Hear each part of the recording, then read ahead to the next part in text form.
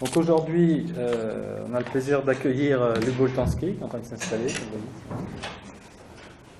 et avec qui on va rouvrir ce qui constitue, enfin moi je dis à mon avis, en tout cas, l'un des articles les plus importants, je veux dire, dans l'histoire de la sociologie française de ces 25 dernières années, notamment si on juge par les conséquences qu'il a eues sur toute une génération de chercheurs, mais aussi si on en juge par les réorientations qu'il a permis, qu'il a encouragées, non seulement en sociologie, mais aussi dans d'autres disciplines, comme par exemple un petit peu en histoire, on en a parlé lors de notre dernière séance. Et si on en juge aussi par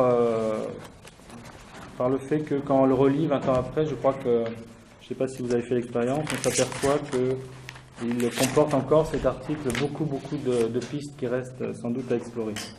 Donc cet article, c'est La dénonciation, écrit en collaboration avec Yann Darré et Marie-Ange Schiltz, qui était paru donc en 1984 dans la revue à la création de laquelle Luc Boltanski avait très activement contribué dans les années 70 aux côtés de Pierre Bourdieu, Actes de la recherche en sciences sociales.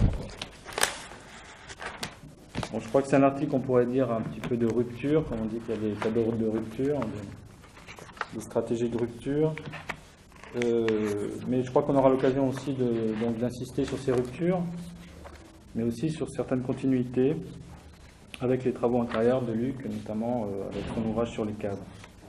Et puis aussi, je crois qu'on va voir évidemment quelle suite, au pluriel, cet article a donné dans le travail de Luc, aussi dans suite certains de ses collègues. Donc j'avais conseillé de lire l'article lui-même tel qu'il est paru en 84, mais aussi de le lire dans la version remaniée parue dans l'ouvrage de 1990, L'amour et la justice comme compétence, donc qui constitue la troisième partie de l'ouvrage.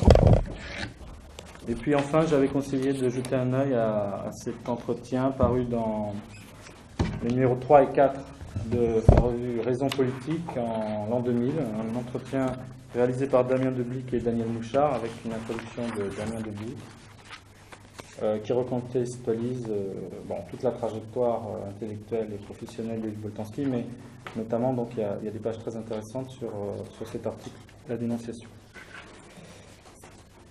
Bon, avant de céder la parole à Luc, je voudrais dire quelques mots, alors j'espère ne pas être trop long,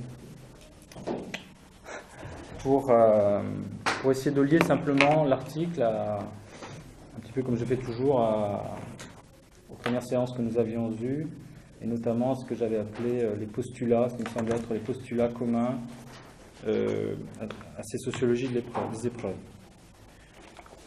Donc une fois de plus, je commencerai par souligner, en m'excusant de me répéter, mais ça me paraît capital, que cet article satisfait le postulat que j'avais appelé d'empirico-conceptualisme, c'est-à-dire autrement dit qu'il allie une recherche de terrain à un effort de conceptualisation. Bon, je le rappelle très rapidement pour ceux qui n'auraient pas encore lu l'article, que le terrain en question consiste en l'analyse de 275 lettres dénonçant des injustices très diverses, lettres reçues par le service des informations générales du journal Le Monde entre 1979 et 1981. Donc des lettres qui ont été envoyées pour publication et information. Très peu ont été effectivement publiées. Leur dimension varie de 2 à 40 pages.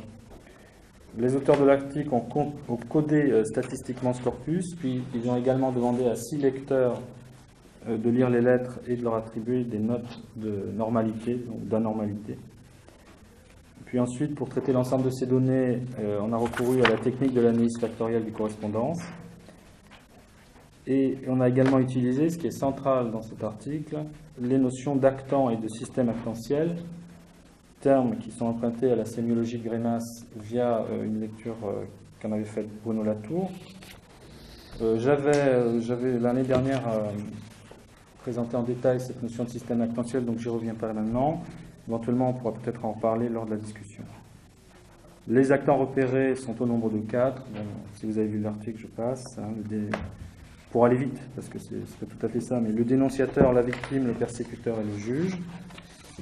La colonne vertébrale de l'article est constituée par l'interprétation de 2 axes donc, que produit le plan factoriel.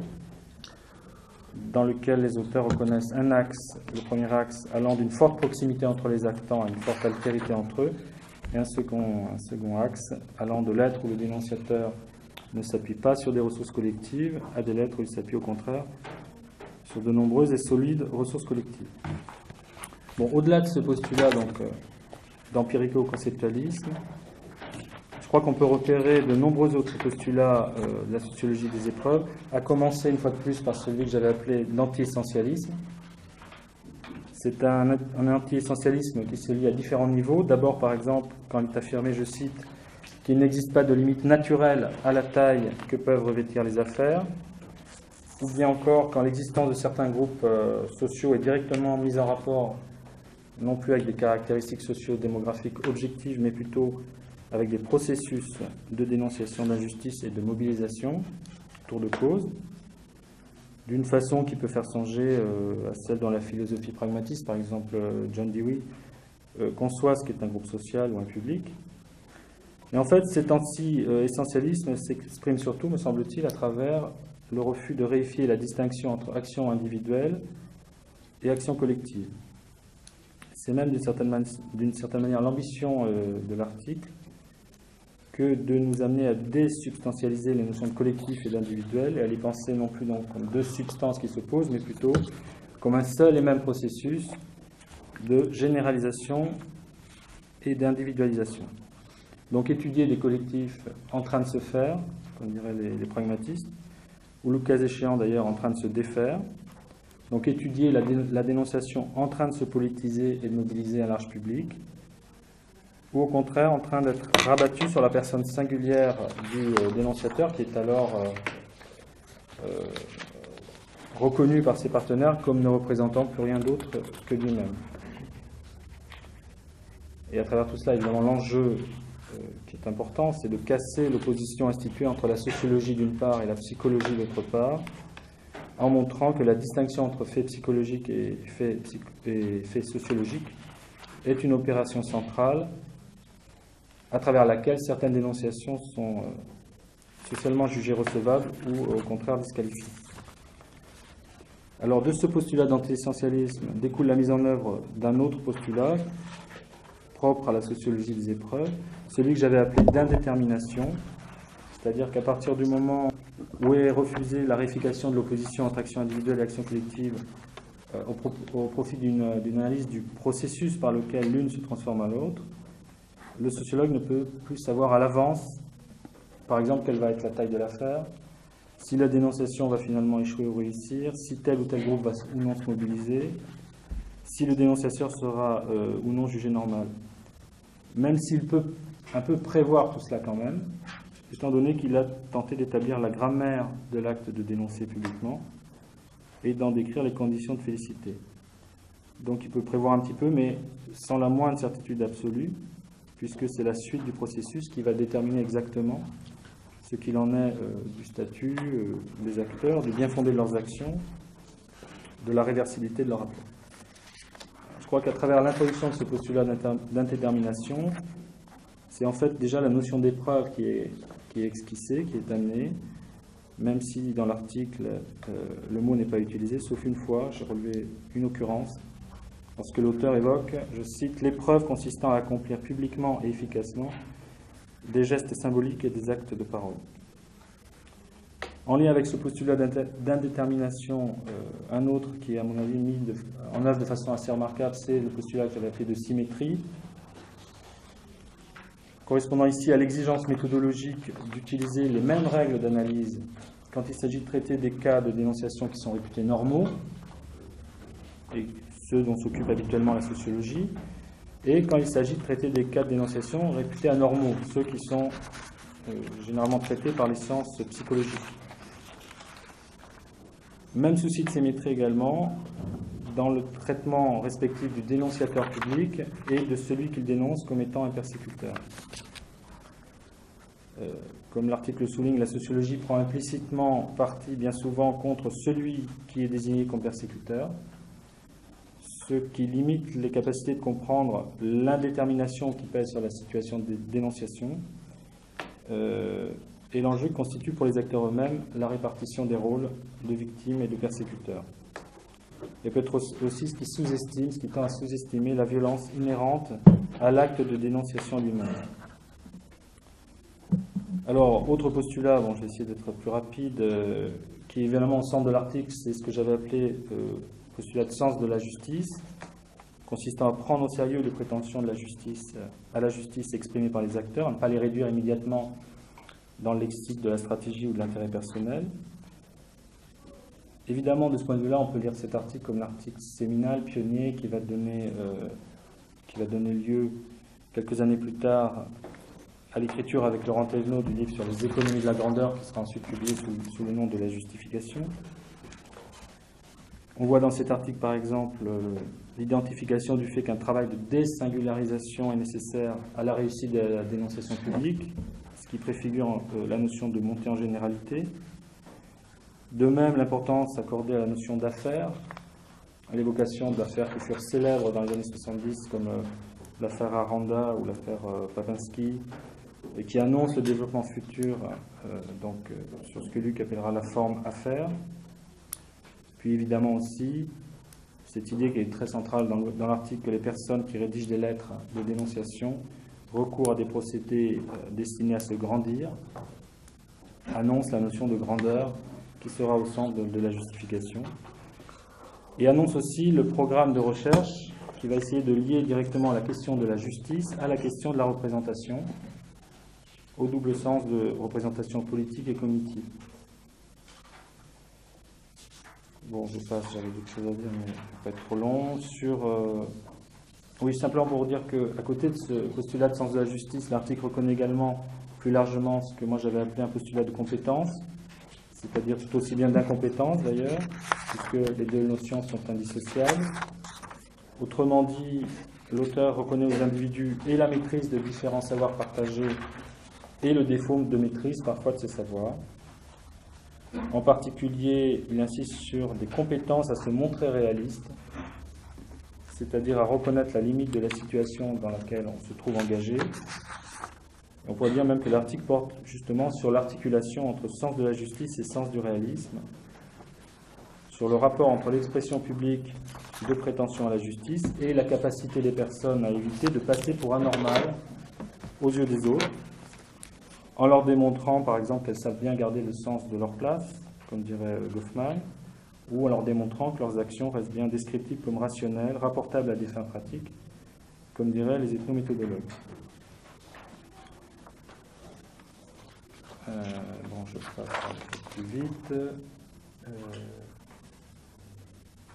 Bon, donc s'ouvre ici, en fait, il me semble, la perspective de reprendre les thèmes centraux de la sociologie goffmanienne, en particulier la question des jugements d'anormalité et des rapports entre folie et civilité, mais en le faisant du point de vue d'une approche qui assume pleinement, à la différence de Goffman, le postulat de sens de la justice.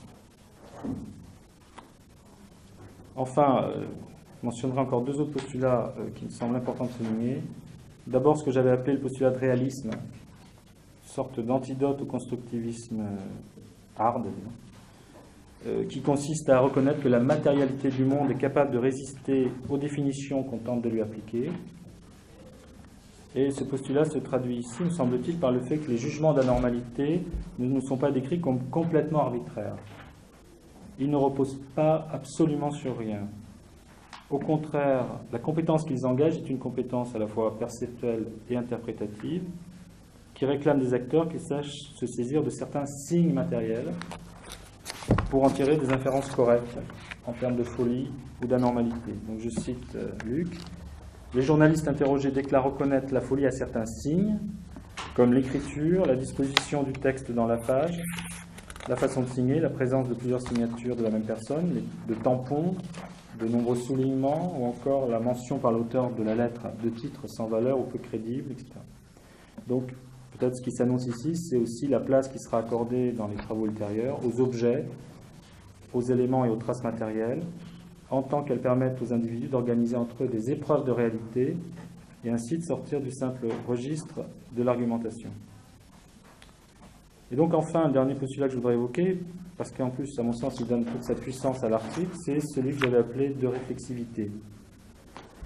L'analyse proposée dans l'article permet en effet d'introduire en premier lieu une forme de réflexivité par rapport à nos propres jugements d'anormalité spontanée, en nous montrant en quoi ceux-ci sont redevables d'une certaine grammaire, savoir ce que l'article analyse en détail. Bon, ça c'est un type de réflexivité qu'on pourrait dire relativement classique en sociologie, puisqu'elle consiste à montrer en quoi l'objectivité de nos jugements n'est pas fondée sur la nature, comme on peut être tenté de le croire, mais plutôt sur des processus sociaux. Mais il y a dans cet article un niveau de réflexivité plus élevé encore, à mon avis, et qui est d'une certaine façon beaucoup plus déstabilisant pour la sociologie dont est issu l'auteur, c'est-à-dire la sociologie critique telle que pratiquée disons, dans l'équipe de Pierre Bourdieu. C'est la réflexivité à laquelle conduit l'analyse des opérations critiques, à travers lesquelles certains dénonciateurs sont disqualifiés par d'autres acteurs d'une façon que l'auteur qualifie précisément de sociologique.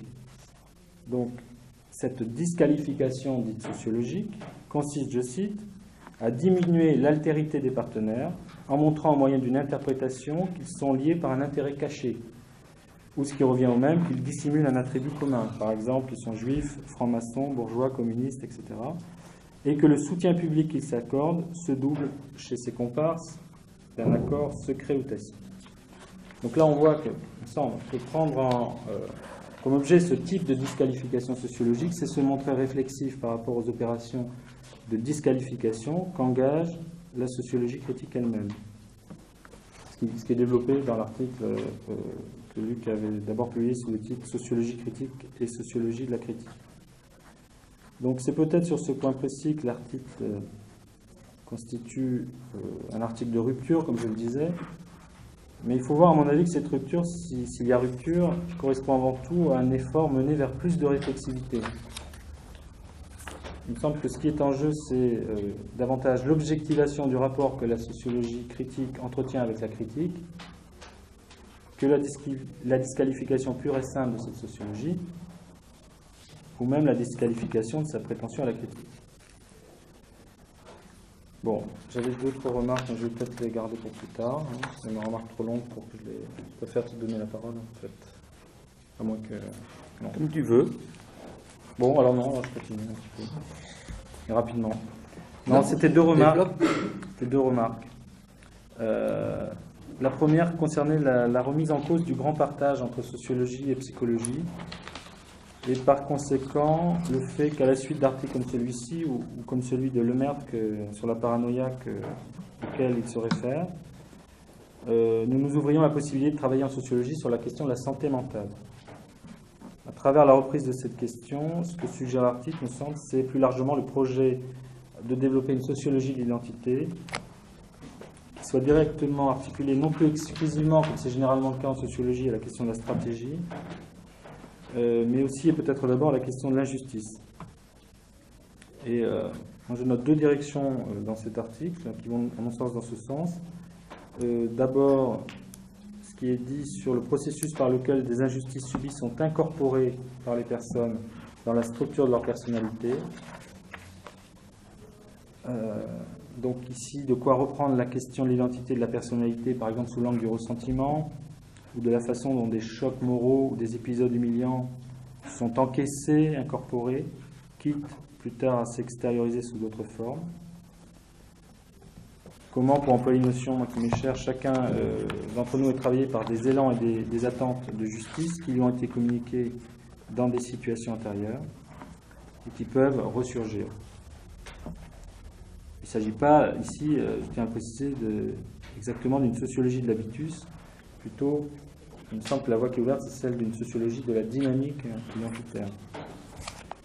En second lieu, toujours sur ce point, l'article souligne que les dénonciateurs ont des trajectoires souvent instables ou déclinantes, situation propice pour eux à une forte inquiétude identitaire et à la multiplication des occasions sociales où ils peuvent se sentir déniés dans le statut qu'ils les estiment détenir. L'article suggère de ce point de vue qu'un bien précieux pour chacun d'entre nous est le droit à nous voir garanti par les autres une identité suffisamment stable. Et donc il nous montre aussi en quoi certains instruments juridiques permettent d'acquérir cette stabilité, cette sérénité identitaire relative, Et de ce point de vue, il apparaît possible de reprendre la question de l'identité à travers celle des instruments de son maintien, des dispositifs juridiques notamment, qui permettent de limiter les mises à l'épreuve identitaires, au contraire de les multiplier. C'est une voie qui, me semble-t-il, a été développée en partie dans le nouvel esprit du capitalisme. Voilà. Alors ma seconde grande remarque, c'était sur la place importante que l'article accorde à la notion de ressources, ou de ressources collectives. Notion qui peut sembler évidemment assez proche de capital au sens de Bourdieu, et qui permet dans l'article, dans sa version 84, de maintenir en tant que telle la question de la domination. Je dis en tant que telle, par opposition à la façon dont ensuite, au moins jusqu'au nouvel esprit du capitalisme, la question est traitée, c'est-à-dire de façon réflexive, à travers une analyse non pas de la domination, mais plutôt de la dénonciation de la domination. Alors, de ce point de vue, l'article 84 continue, lui, à aborder en tant que tel cette question. Il montre notamment que moins les personnes possèdent d'accès à une instance collective capable d'opérer le travail de généralisation de leur cas, plus elles vont être vulnérables à des jugements d'anormalité lorsqu'elles vont essayer malgré tout de mobiliser l'opinion publique par le truchement des journalistes. Donc l'article s'intéresse de ce point de vue plutôt aux plus faibles, c'est-à-dire aux individus qui n'ont pas d'accès à des ressources collectives et qui ne représentent personne d'autre qu'eux. Un peu comme dans une perspective marxiste, on parlerait des travailleurs qui n'ont d'autre capital que leur seule force de travail. Alors c'est vrai qu'on aurait pu, à partir de là, l'article aurait pu être tentant, par exemple, de dévoiler que les jugements psychiatriques sont en réalité des jugements de classe. Un peu comme les jugements scolaires sont réputés être des jugements de classe dans certains textes de Bourdieu. Mais ce n'est pas cette voie-là qui est empruntée. Et beaucoup de notations dans l'article récusent un déterminisme strict entre la position sociale du dénonciateur et la forme prise par sa dénonciation, ou encore entre cette position et la propension à dénoncer. Mais récuser un déterminisme strict n'est pas récuser absolument tout lien. Donc la question, il me semble qu'il y a une série de questions qu'on peut se poser. Quels effets a eu sur la suite du travail la disparition de cette notion de ressources? En quoi cette disparition a permis de mieux travailler la question des grandeurs et d'aller plus loin dans le sens d'une démarche, disons, pragmatiste et réflexive? Mais aussi en quoi a-t-elle conduit à tourner le dos à des considérations, je dirais, explicatives sur le lien entre position sociale et conduite? Voilà.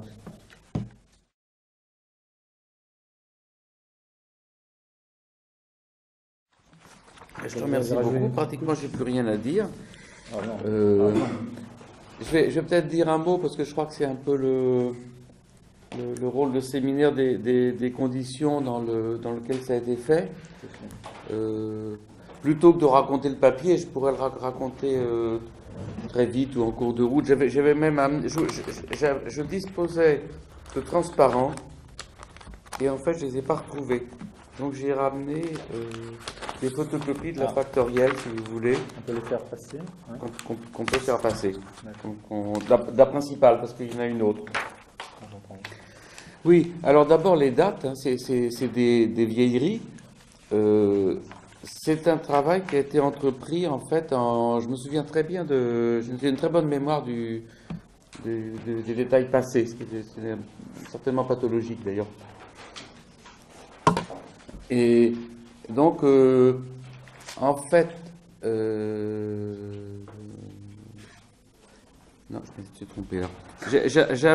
J'avais terminé les cadres en août 81, je l'ai soutenu en octobre. Ensuite, j'ai écrit Finding Oneself, la recherche qu'on avait fait avec Laurent, et j'ai eu l'idée de ça, je me rappelle très bien, en janvier 82. Non, oui, effectivement, oui, janvier 82. Alors, comment... je raconte ces détails pour encourager ceux d'entre vous qui sont à la recherche de sujets ou qui sont dans des périodes un peu d'errance. Dans ce métier, quand ça va bien, on va de périodes très tristes d'errance, on ne sait pas ce qu'on va faire, on ne sait pas ce qu'on va travailler, on ne sait pas avec quel concept, et puis pour des raisons un peu bizarres, les choses se mettent en place, et puis on a un os à ronger pendant 2 ou 3 ans, et puis on le ronge, et puis après ça, de nouveau, on est dans le flou le plus grand. Et donc là, j'étais dans le flou, et je m'intéressais à ce que j'appelais à l'époque d'exclusion, des processus d'exclusion. En partie pour 3 raisons. Parce que j'avais assisté, j'avais eu beaucoup de récits de ce genre de cadres qui avaient été virés de leur boulot, mais sans être virés vraiment, qui avaient été mis sur la touche. Et donc, j'avais en fait des récits d'affaires de cadres, des anecdotes qui n'en finissaient plus, très comparables à celles que je décris dans l'article, du genre on m'a retiré mon téléphone, on m'a retiré mon bureau, j'avais plus les informations, j'en dormais plus la nuit, etc. Donc j'avais ça.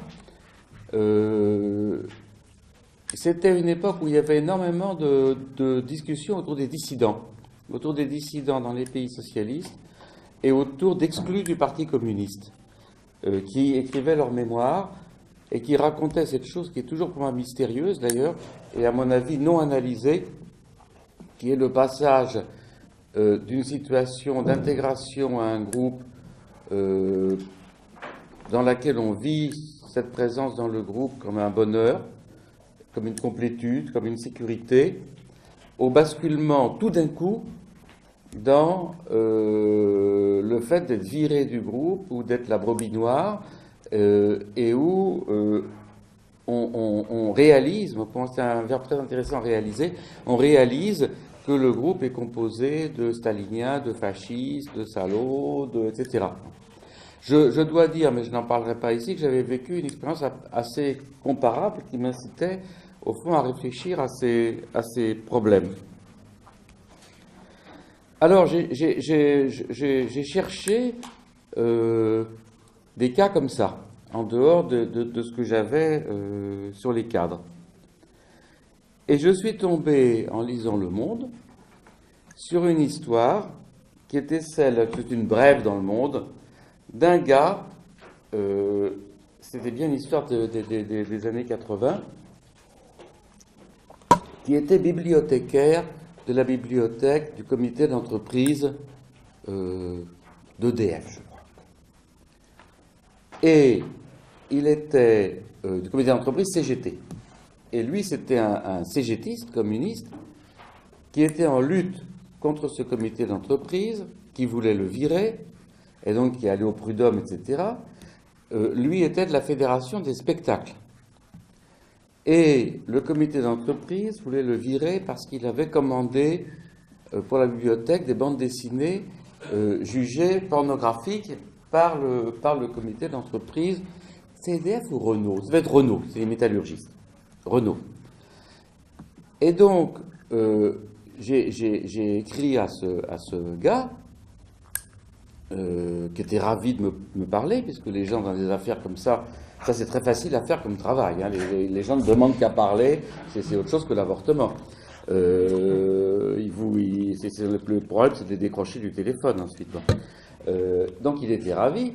Donc on a commencé à se voir pendant des heures. C'était un type absolument super, qui avait un sens de la critique, de l'action critique, de la mise en spectacle formidable. Alors je lui dis, mais où est-ce que vous avez appris à critiquer comme ça? Au PC! C'est au PC qu'on m'a appris ça. Et donc il s'était retourné complètement contre le PC, la CGT, qui l'emmerdait, qu'à n'en plus finir. Bon. Et alors, ça m'a montré déjà des caractéristiques très importantes, notamment le fait qu'il fallait ce que j'appelais à l'époque un montreur, qu'il fallait quelqu'un d'autre que la victime qui présente son cas. Et puis je me suis dit, bon, faut trouver d'autres cas comme ça. Alors j'ai commencé à traîner dans les journaux. J'étais allé à plusieurs journaux où ils avaient rien, pas de bonnes archives, en me disant, ces gens doivent se manifester dans les journaux puisqu'ils veulent qu'on parle d'eux. Et finalement, je suis arrivé au Monde, et là, j'ai eu la chance de tomber sur Bruno Frappa, qui dirige maintenant La Croix, qui est un très très grand journaliste, un homme remarquable, qui à l'époque dirigeait les informations générales du Monde, c'est-à-dire en fait les faits divers. Mais le Monde avait, surtout à l'époque, avant sa chute dans la norme, bref. il avait à l'époque une image de lui-même telle qu'il ne faisait pas de faits divers. Donc il faisait des informations générales, des problèmes un petit peu, comment dire, rompant avec le sordide quotidien. Et donc dans Le Monde à l'époque, vous aviez les pages internationales, les pages politiques, on parlait de l'Assemblée, etc., les pages sociales, où on parlait des syndicats. Ces distinctions sont très intéressantes, hein, catégorielles. Des pages société et des pages information générale. Et alors, si vous voulez, dans le cours d'un trajet, par exemple, imaginons par exemple,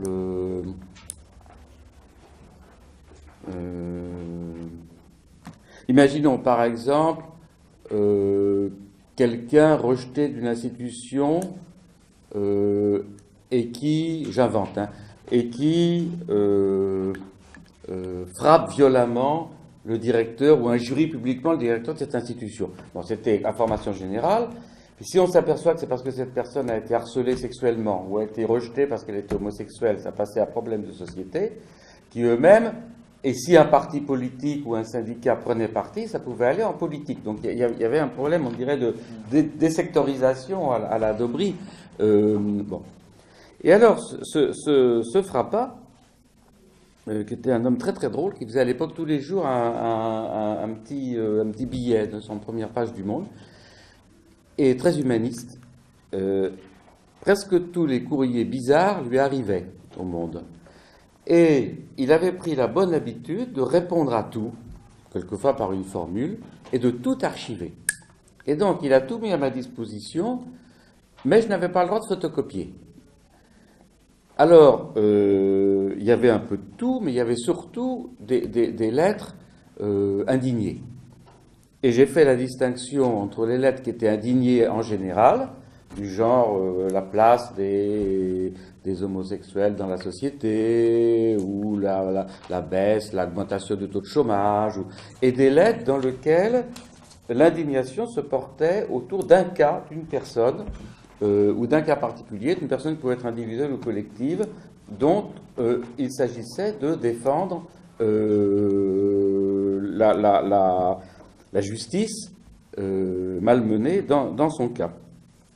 Et donc, en fait, ce que je faisais, parce qu'au Monde, donc je me suis installé au Monde, hein, mais au Monde, comme ça à partir de 4-5 heures, il n'y a plus grand monde, parce qu'ils font les éditions du soir, même 3-4 heures. Donc je restais, et puis le soir, je mettais dans ma sacoche, j'allais photocopier la nuit dans le labo, donc j'ai photocopié quand même moi-même, je sais pas, 4000, 5000 feuilles. Et puis le lendemain, je revenais, je remettais dans les dossiers. Sinon, je n'aurais pas pu travailler. Je ne sais pas s'il le savait et s'il tolérait, mais bon. Et puis alors, j'accumulais comme ça des dossiers. Bon, c'était bizarre. Si j'avais eu mes transparents, je vous aurais montré des lettres. Il y avait très souvent des dossiers avec des récépissés de lettres recommandées, des billets de train, tous les éléments de preuve. Donc je photocopiais tout, absolument tout. Et je remettais en liasse comme c'était. Et puis, je ne savais pas bien quoi en faire. C'est-à-dire que pendant un bon bout de temps, je m'installais dans la pièce où je travaillais par terre, je faisais des tas. Puis maintenant, il fallait sans arrêt refaire les tas parce que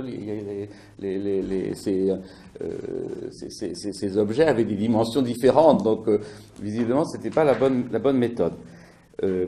Et puis, l'été, je suis parti aux États-Unis, j'ai emmené dans un énorme sac mes lettres, que je n'ai pas ouvertes quand même, heureusement, j'ai lu à Harvard.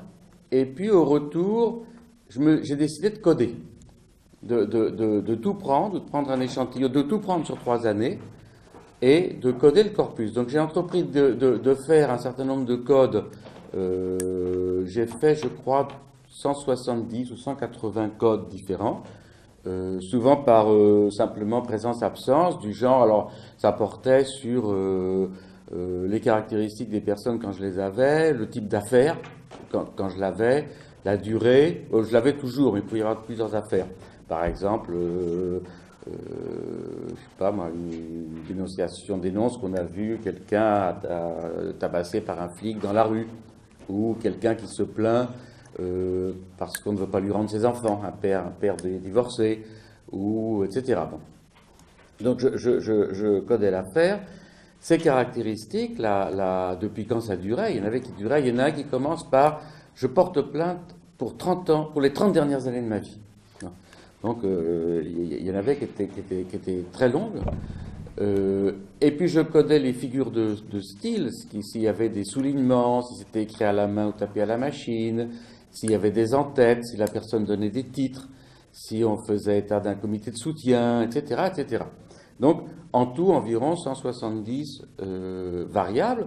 Et puis ensuite, j'ai entrepris de coder. C'est là que Yann Daré m'a aidé. J'ai codé les 2 tiers environ du matériel et Yann Daré a codé environ 1 tiers du matériel. Et j'ai mis tout ça dans une factorielle qui a été faite par Marie-Ange Schiltz. C'est moi qui ai écrit le papier, mais Marie-Ange a été très utile pour la factorielle. Et puis, j'ai introduit 2 choses dans la factorielle, en variable extérieure. J'ai introduit ce que j'ai appelé le système actantiel, donc en reprenant actant de la tour de Grimace via la tour, l'actant étant celui qui agit dans un texte, de la dénonciation. Donc ça, le système actantiel, en fait, c'est tout à fait central dans la structure, dans largement la structure qui apparaît est le résultat de ce codage. C'est-à-dire que, si vous voulez, je crois que ce qu'il y avait au fond d'original dans la façon de faire, c'était de refuser de traiter tout ça en bloc. Parce que moi j'avais appris chez Bourdieu que les mauvais sociologues prenaient les objets que leur donne le monde et que les bons sociologues construisent leurs objets. Et au contraire, partant de l'idée au fond que, sur lequel je reviendrai, que nous faisons une science de second rang, un genre d'épistémologie, et que ceux qui connaissent la faction de fonctionner dans le monde social, ce sont les acteurs, il fallait que je regarde comment eux construisent leur objet. Et donc, dans ces lettres, il y en avait qui étaient, je dirais, assez banales, du genre une lettre d'Amnesty d'un membre d'Amnesty International pour défendre un gréviste de la faim irlandais. Et puis, il y en avait dont les journalistes disaient que ça venait sûrement de personnes dérangées, mais auxquelles Frappa répondait aussi qu'il archivait. Et puis, il y en avait, ils ne savaient pas.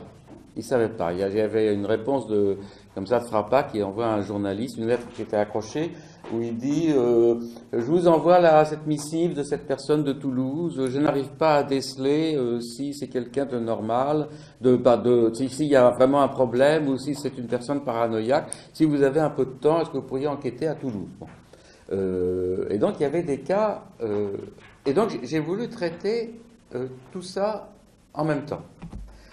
Et donc je me suis dit que donc il y avait 4 actants principaux, qui avaient donc la victime de l'injustice, qui y avait, donc ça c'est peut-être mon premier exemple là, du gars des comités d'entreprise, qui y avait le dénonciateur, celui qui assumait la dénonciation, qui y avait évidemment un offenseur qui était désigné, et puis qu'il y avait un juge. Alors le juge, je ne l'ai pas codé, en considérant que dans notre société, c'était toujours quelque chose comme le peuple souverain, ou l'opinion publique, ou l'opinion, ou le journal Le Monde étant en quelque sorte à l'époque, étant beaucoup moins critiqué qu'aujourd'hui, et beaucoup moins critiquable, et à l'époque, faisant un peu figure d'instance morale et politique. Alors, ensuite, j'ai fait 2 choses, et ça, je pense que c'est un peu le cœur du papier. J'ai codé 2 choses. J'ai codé ce que j'ai appelé la taille de chacun des actants, en considérant que chacun de ces actants pouvait être soit un kidam. Un kidam, pour ceux qui ne sont pas français, ça veut dire vraiment n'importe qui. Hein, le gars que vous croisez dans la rue, soit une personne collective très grande. Et donc, j'ai codé chacun, par exemple, pour le dénonciateur, quand il mettait professeur à la faculté de médecine, je le codais un peu plus haut, puisqu'il indiquait son lien avec un collectif, que lorsqu'il mettait Monsieur Tartampion fouiller les canards. Quand c'était anonyme, j'en avais pas. Mais anonyme, ça aurait été encore moins, parce qu'il n'a même pas une individualité. Et s'il avait mis, quand il mettait président du Conseil d'État, je n'en avais pas, il aurait été beaucoup plus grand. Idem pour chacun des acteurs, sauf le juge, dont on considérait qu'il était très grand, puisque c'était non pas du tout ma voisine ou mon voisin, mais le peuple souverain. Et évidemment, j'avais aussi dans mon codage ce que j'appelais des personnes collectives douteuses. Par exemple, le gars qui mettait représentant du président du comité de soutien de monsieur Untel, mais qu'on s'apercevait que dans le comité de soutien, il n'y avait que le beau-frère, le voisin, etc. Et donc, idem pour l'offenseur. Pour dire vite, si vous voulez, on pouvait avoir des cas où on avait un offenseur, imaginez par un flic tape sur un manifestant, l'étudiant, et un prof de lycée le voit et s'indigne. Donc on a des offenseurs, on a un ensemble assez bas, où l'offenseur est une communauté. Hein, j'ai un cas par exemple de communauté à qui on refuse l'installation d'une mosquée. Non, l'offenseur ce sont des associations locales, la victime est cette communauté, et le défenseur est une autre association. Donc on a quelque chose à un autre niveau à peu près stable. Il y a des cas, évidemment, où on va avoir l'offenseur va être présenté, va être la CIA, on va être très haut, la CIA. La victime, ça va être Monsieur Tartampion de fouiller les canards. Et puis le dénonciateur, ça va être aussi M. Tartampion de fouiller les canards. On va avoir des cas problématiques. Parce que j'ai codé une seconde caractéristique du système actentiel, qui était la proximité. C'est beaucoup un papier sur le proche et le distant. C'est absolument central dans le papier, la question du proche, où j'ai codé la distance entre la victime et le dénonciateur, c'est la même personne, ils sont très proches, c'est des frères et sœurs, ou c'est l'épouse et le mari, ou c'est des voisins de bureau, jusqu'à ils ne se connaissent pas du tout. Bon. Et idem pour la victime et l'offenseur, là j'ai renoncé, j'ai éliminé la possibilité qu'ils soient la même personne, qui m'aurait emmené évidemment dans la psychanalyse tout de suite, plus que je ne voulais aller, mais j'avais des cas où c'était par exemple l'épouse, ou l'époux, le frère, un voisin, etc. Et donc, et puis j'ai fait une autre chose, donc pour tester en quelque sorte ce que disaient les journalistes sur la normalité, c'est que j'ai introduit en machine, j'ai fait lire l'ensemble du matériel, c'est environ 40 heures de travail, à 6 personnes. Et comme j'ai fait tout ça sans argent, hein, pratiquement je travaille sans financement spécial depuis 25 ans, sans contrat. Et donc, j'avais pas d'argent pour payer des juges, donc j'ai pris simplement 6 personnes, mais ça aurait été très intéressant de le faire sur un plus grand nombre de gens, qui ont tout lu, qui avaient comme consigne de mettre une note sans réfléchir, comme ça, au pif, de 1 à 10, selon qu'ils jugeaient que l'auteur de la lettre était normal ou complètement cinglé. Alors j'ai quelque part les pourcentages, ça vous intéresse, je crois que les complètement cinglés étaient moins de 10% à peu près, les normaux 40, mais bon. Et puis j'ai introduit aussi tout ça dans la factorielle. Alors, donc j'ai fait ça je dois dire qu'une de mes je je peux dire, joie de travail, la plus grande, là, je m'en souviens très bien, c'était au printemps 83, c'est quand la factorielle est arrivée, que Marie-Ange Schiltz me l'a amenée, que j'ai regardé et que ça donnait quelque chose d'intelligible. Parce que vous savez, les factoriels, c'est un peu comme le marc de café, on peut avoir tout fait pour que ça marche, ça peut arriver, tout est complètement brouillé dans tous les sens, et il est impossible de lui de donner un sens. Ça nous est arrivé avec Thévenot quand on a fait, à partir de Findings, une enquête beaucoup plus large. Rien n'a jamais, aucune structure n'est jamais sortie. Et là, une structure sortait. C'était vraiment quelque chose que j'avais jamais vu, si vous voulez, qui était, et c'était quand même un énorme travail qui était en quelque sorte sur lequel on pouvait avoir un peu espoir.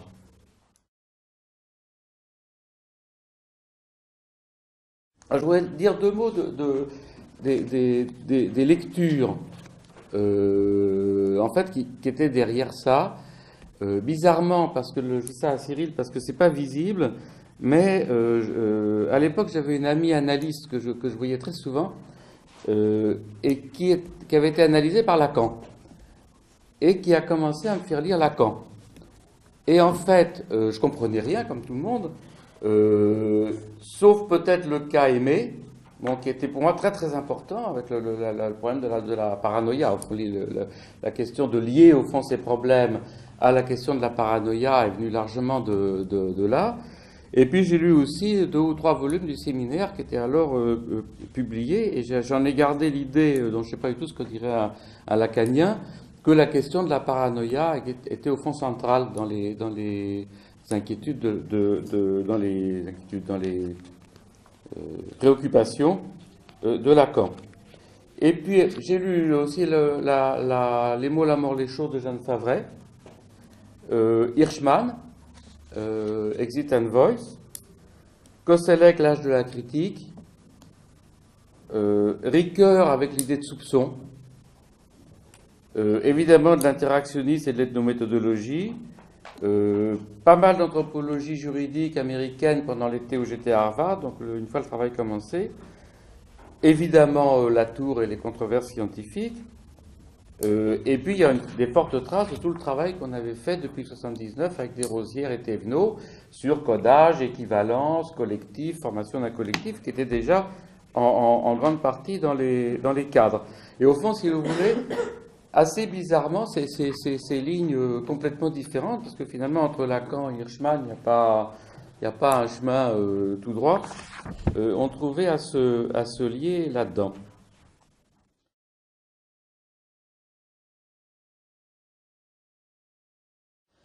Alors, par rapport à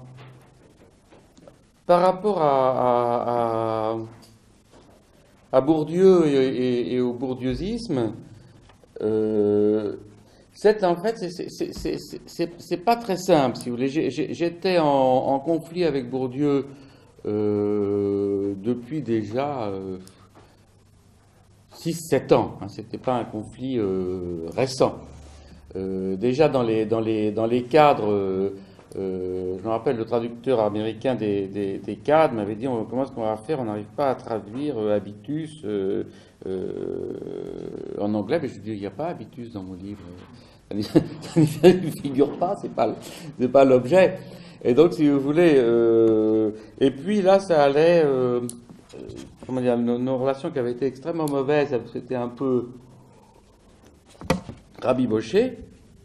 Ceci étant, le papier est passé très difficilement dans l'acte de la recherche, largement parce que Yvette Delceau poussait pour qu'il passe, mais je crois que Bourdieu ne voyait, ni moi non plus, ne voyait pas très bien en quoi c'était déviationnisme, mais il sentait que c'était pas cachère, si je puis dire. Et donc, si vous voulez, les déviations, moi j'en relève un certain nombre, hein. C'est l'absence d'objets construits, hein, le fait de prendre... Alors, si vous voulez, dans une large mesure, c'est un peu travailler avec Bourdieu contre Bourdieu, parce que une bonne partie des choses qui inspiraient le papier, comme tout mon travail depuis, viennent d'une généalogie bourdieusienne. beaucoup plus, par exemple, que, je sais pas, de Touraine ou de... notamment, l'idée que j'ai appris avec Bourdieu, mais avec le Bourdieu phénoménologue, parce qu'en fait, il était tout le temps... Bon, qui est que l'idée que la sociologie est une science de second rang, que c'est une épistémologie, que ce sont les acteurs sociaux qui ont le savoir et que nous devons mettre à plat et décrire ce que... D'une certaine façon, Bourdieu pouvait le dire, ça. Mais la minute d'après, il disait le contraire. La minute d'après, il disait « Ah, mais les gens ne savent rien, ah, mais tout est caché. » Et donc, il passait... Moi, je l'ai entendu dire, par exemple, je pensais beaucoup à ça quand je faisais la condition fétale. Dans mon village, tout le monde sait tout.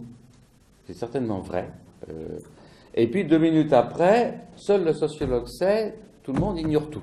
Donc c'était les deux positions qui font, à mon avis, d'ailleurs, le caractère relativement incohérent de son œuvre, comme de la plupart des œuvres.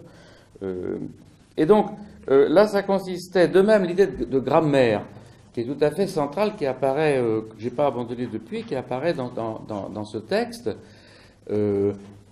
a à peu près la même origine qu'habitus. Hein. Pour dire les choses très simplement, le problème qui est un problème classique, c'est celui du lieu de la... C'est un problème linguistique au départ. C'est le lieu de la langue. Hein. C'est qui a comme équivalent la question du lieu de la culture. C'est-à-dire que si vous voulez décrire une langue, vous ne pouvez pas... Combien est-ce qu'il faut d'informateurs? Ou si vous voulez décrire une culture, combien est-ce qu'il faut d'informateurs?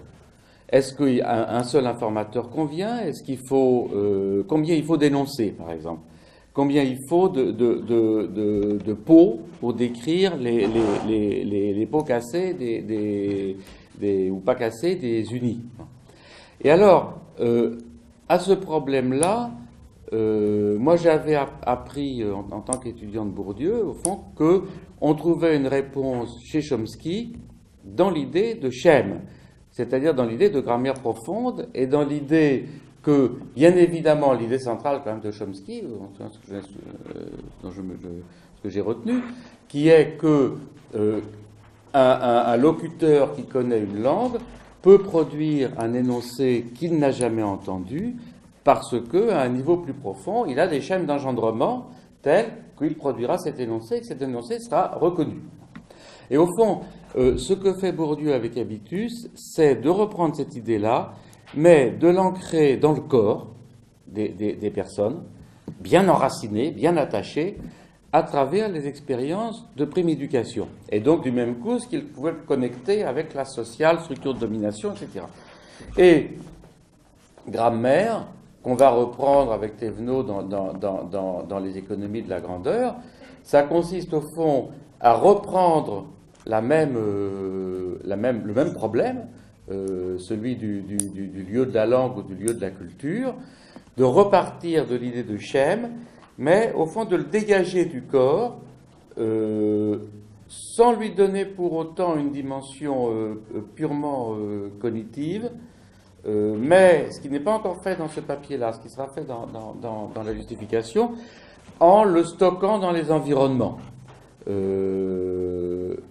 Et là, dans les signes de jugement. Et au fond, d'en faire, en quelque sorte, de faire de la grammaire des instruments partagés de jugement. Et donc, ceci étant, alors, donc ça c'était conforme au...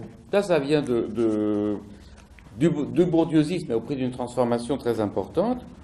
Je dirais que se rattache également au bourdieusisme, au fond, l'importance accordée, qui effectivement n'a pas été depuis extrêmement développée, que je voudrais faire maintenant, à ce que tu appelais ressources collectives et ce que je crois qu'il faut appeler, sans avoir peur des gros mots, institutions, qui est très présent dans le papier. Donc je pense qu'il faut... qui en parlait de ressources collectives. Hein.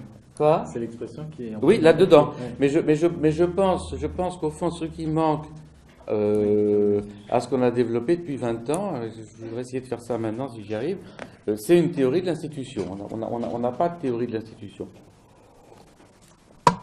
Et je dirais qu'un autre point, au fond, assez proche des préoccupations bourdieusiennes, c'est l'importance accordée à la violence. Parce que c'est pas très sensible dans l'article tel qu'il est écrit, mais il y a de centrale cette idée que j'avais trouvée chez Koselleck, dans le règne de la critique, que l'accusation publique est un acte d'une violence absolument fantastique. Que c'est le déshonneur, on le voit bien d'ailleurs dans tout ce que les journaux ramènent, je sais pas, l'affaire bouddhiste, l'affaire... Donc c'est des actes... Et donc ce qui se joue là-dedans, c'est comment est-ce que l'on peut rendre licite une violence extrême. Alors par contre, machine de guerre contre Bourdieu, et surtout les bourdieusiens, c'était l'époque aussi où les bourdieusiens commencent à fossiliser le système, avec d'ailleurs la bénédiction de Bourdieu. Il y avait donc le pas d'objet construit, il y avait l'incertitude, ça de mettre l'incertitude au centre du dispositif, c'était absolument... parce que sinon, dans les papiers, reprenez les papiers de Champagne sur l'affaire du sang contaminé, le sociologue, il n'a pas d'incertitude. Il sait tout de suite qui sont les bons et les méchants. Et il sait très bien ce qui s'est passé, il sait très bien, il connaît tout de suite la bonne version de l'affaire. Je ne dis pas qu'il n'y a pas une bonne version de l'affaire, mais lui, il la connaît d'emblée, il suffit qu'il arrive. Bon. Et évidemment aussi le continuum du passage de l'individuel au collectif, ce qui cassait une vision, disons, sociologiste du collectif comme toujours précédent, toujours supérieur aux individus, et que j'avais pris, alors là, largement de Latour. Il y a un papier de Latour que j'avais utilisé à la fin des cadres, qui s'appelle Unscrewing the Big Leviathan, qui m'avait beaucoup, dans Knorr Cetina, qui m'avait beaucoup influencé. Il y a aussi évidemment le fait d'atténuer, ça aussi c'était très lié à l'ethnométhodologie et à Latour, d'atténuer la différence entre les ressources du sociologue et les ressources de l'acteur, qui est quelque chose que j'avais vu quand je faisais les cadres. Quand je faisais les cadres, j'allais voir des responsables de cadres, j'allais dans les syndicats, etc. Et je leur demandais, parlez-moi des cadres, dites-moi qu'est-ce que c'est. Ils me disaient, mais enfin, vous n'avez pas lu Touraine ? Vous n'avez pas lu Grosier? Donc ils connaissaient beaucoup mieux que moi la littérature sociologique. Et donc je me suis dit, quand même, c'est un problème. Une autre chose qui m'avait aussi beaucoup fait réfléchir, c'était juste avant, une affaire qui s'était produite dans Annales, la revue Annales. Il y avait un historien laborieux qui avait passé les 10 années précédentes toutes ses vacances dans les musées des ports français. Et là, il avait pris des mesures diverses et multiples, et il s'était aperçu que des théories très en vue sur le commerce triangulaire étaient fausses, notamment il critiquait Leroy-Ladurie et Chonu parce qu'ils avaient fait des erreurs grossières sur les mesures. Et ils n'avaient pas été entendus. Et finalement, les Annales ont accepté, à mon avis pour le casser d'ailleurs, ce qui a été le cas, de publier un article de lui dans lequel il dénonçait le fait de n'avoir pas été écouté, et en utilisant la sociologie de Bourdieu, en disant c'est parce que je suis d'origine populaire, que je suis pas normalien, que je suis un laborieux, qu'on ne m'écoute pas, alors que les grands princes de notre discipline, comme Leroy-Ladurie ou Chonu, peuvent raconter n'importe quoi, et on leur fait crédit. Et donc il y avait là un effet de réappropriation de la sociologie dans l'affaire elle-même. Et j'en avais parlé à quelques-uns de mes collègues historiens de l'école des hautes études, et la réponse habituelle, qui était aussi assez troublante, c'était « Oui, tu sais, il a sûrement raison. Il a sûrement raison. Mais on ne peut pas le défendre parce qu'il est fou. » Et c'était vrai. Et c'était vrai. Il avait raison, mais c'est vrai aussi qu'on ne pouvait pas le défendre. C'est vrai aussi qu'il était fou. Il faut garder les deux, il faut garder les deux énoncés. Et au fond, c'était sur le lien entre ces deux énoncés que j'essayais de réfléchir. Alors, autre point important, c'est par rapport au structuralisme. Dans une large mesure, comme ce que j'ai fait ensuite, le papier reste structuraliste. Délibérément, et non pas seulement, comme l'a suggéré quelquefois Cyril, par un effet d'atavisme. Non, j'ai jamais suggéré ça. Par un effet d'atavisme un peu gâteux. Mais, donc c'est vraiment, la justification est un livre structuraliste. Les cités, c'est une structure. Les grammaires, c'est des structures. Mais ce ne sont pas des structures sociales, au sens de Poulantzas, ni même de Bourdieu. Elles ne sont pas liées, a priori, à des enracinements dans des groupes. Ce sont des structures beaucoup plus proches des structures de Lévi-Strauss, des structures Alors on peut leur reprocher, hein, c'est pour ça que c'était important pour nous de détacher du cognitivisme, de détacher du cognitif pour enraciner dans des dispositifs. Mais disons, elles ne sont pas figées à tout jamais dans des corps. Très certainement qu'il y a des personnes, par exemple, il y a un point du papier qui reste aveugle, qui m'intéresse beaucoup, mais que je n'ai jamais développé, c'est que les personnes qui se lancent dans ces grandes dénonciations, particulièrement anormales, sont des vieux le plus souvent. C'est des gens de plus de 50 ans, plus de 60 ans. Alors, pourquoi? Qu'est-ce que c'est? Je pense que c'est très intéressant de réfléchir là-dessus pour comprendre ce que c'est que le vieillissement. Et du coup, ce que c'est que la perte d'identité, ce que c'est que la perte d'autorité. Bon. Il y a certainement, d'autre part, des personnes beaucoup plus portées, et j'en connais, il y en a beaucoup dans notre milieu, donc c'est facile d'avoir des bons, des bons exemples en tête, des personnes portées vers la dénonciation, l'indignation, l'accusation, etc., plus que d'autres. Mais je pense que c'est un autre problème de chercher. Je ne dis pas du tout qu'il n'y a pas des personnalités au sens de la théorie culturaliste classique, je sais pas, au sens de Gardiner, etc.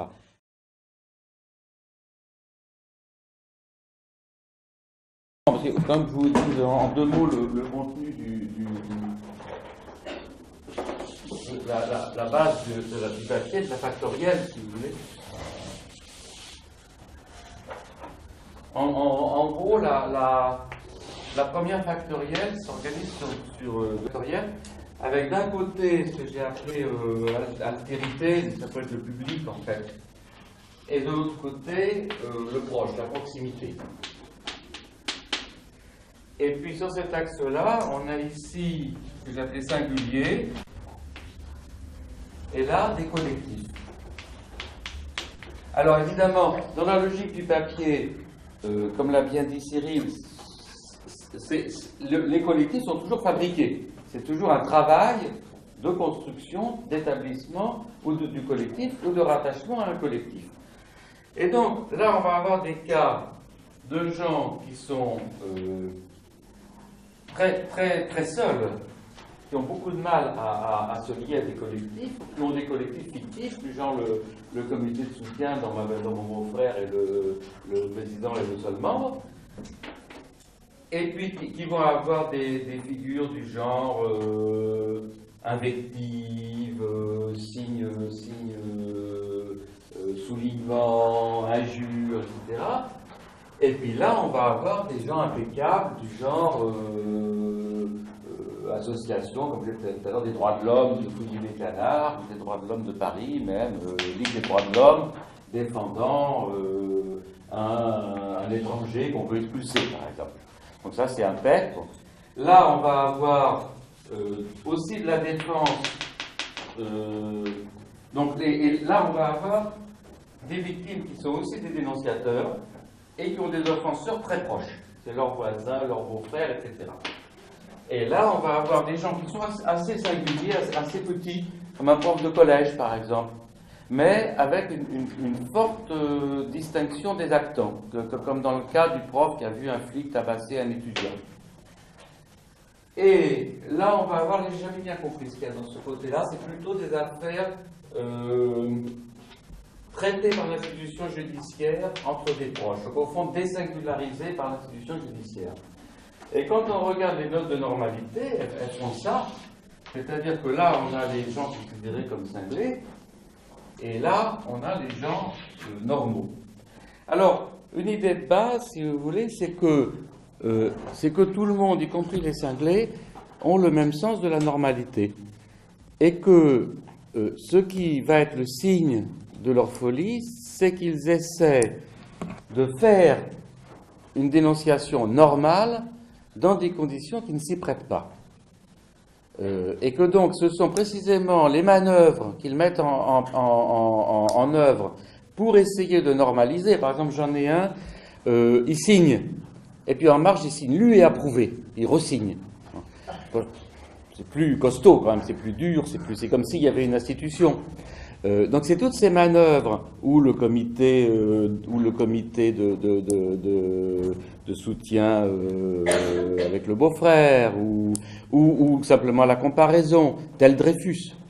Je suis aujourd'hui accusé d'une chose horrible, on m'accuse d'avoir volé l'échelle de mon voisin.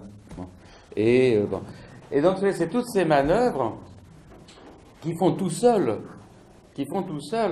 qui dévoilent leur folie. En gros, si vous voulez, moi j'aurais pu abandonner la sociologie et devenir conseiller en dénonciation.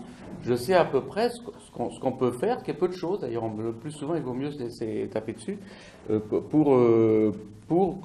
on a le sentiment d'avoir fait l'objet d'une injustice. Alors il y a une seconde factorielle, si vous voulez, que vous avez oublié, que j'ai vu en lisant le papier, qui est fort intéressante, qui croise le premier axe, donc collectif, singulier, et pour le troisième axe factoriel, qui est différentes façons de faire soi-même. Donc différentes choses que les personnes font elles-mêmes, au lieu que ça soit des institutions qui les fassent. Et donc, elles peuvent faire trois choses. Elles peuvent faire du politique. Elles font un comité de soutien, elles font une pétition, elles font une mobilisation, ou elles essaient, mais ça ne marche pas, mais toutes seules. Elles peuvent faire du juridique, souvent avec des manœuvres, justement comme la double signature, un tampon, l'utilisation de termes juridiques, etc., mais sans l'institution juridique, ou elles peuvent faire du langage. Et évidemment, les plus fous font du langage, parce que le langage est aussi une institution collective, et donc là, ils vont fabriquer des néologismes, des sobriquets, une langue à eux, d'une langue chiffrée, etc. Ah oui, j'avais lu aussi Milner, L'amour de la langue. C'est un très beau livre. C'est un très beau livre.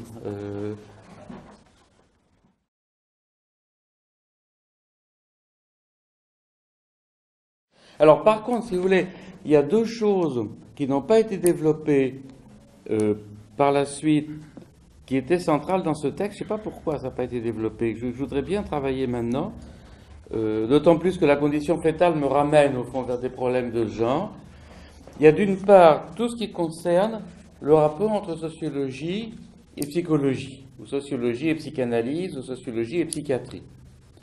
Là c'est central, l'idée de sens de la normalité et d'épreuve de normalité, puisqu'au fond, la dénonciation, tout ça c'est une épreuve de normalité, hein, soumise au jugement, est tout à fait centrale, et l'idée, si vous voulez, que avant même la question de savoir si c'est juste ou pas juste, la question de savoir se pose si la personne est normale ou non. Autrement dit, si elle est dans le réel ou dans l'imaginaire. Si ce qu'elle dit est réel. La question du réel est absolument centrale et je vais y revenir. Et donc, il y a l'idée, au fond, d'un jugement de normalité plutôt homogène dans une société, ce qui resterait à tester, moi je le pense. Je pense qu'au fond, il y a un jugement de normalité homogène avec des différences ensuite selon les groupes, les classes sociales. Je pense, si vous voulez, que c'est à deux niveaux. Le premier niveau est homogène, et ensuite, selon ses valeurs, on dirait, on va l'entendre ou non. On va dire, oui, il est un peu bizarre, mais c'est ça qui fait son charme. Bon. ou alors on va dire il est complètement fou, il faut le virer. Mais moi j'ai dans l'idée qu'il y a un sens de la normalité de base qui doit être assez homogène, mais c'est à tester. Mais il y a l'idée qu'il y a des variations historiques, et que ces variations historiques, des grammaires de la normalité, ça aussi j'aimerais bien le retravailler, sont des grammaires politiques. Je m'étais beaucoup intéressé à la naissance de la paranoïa, notamment j'avais lu l'œuvre de messieurs Sérieux et Capgras, je vous promets que ça vaut son pesant de moutarde,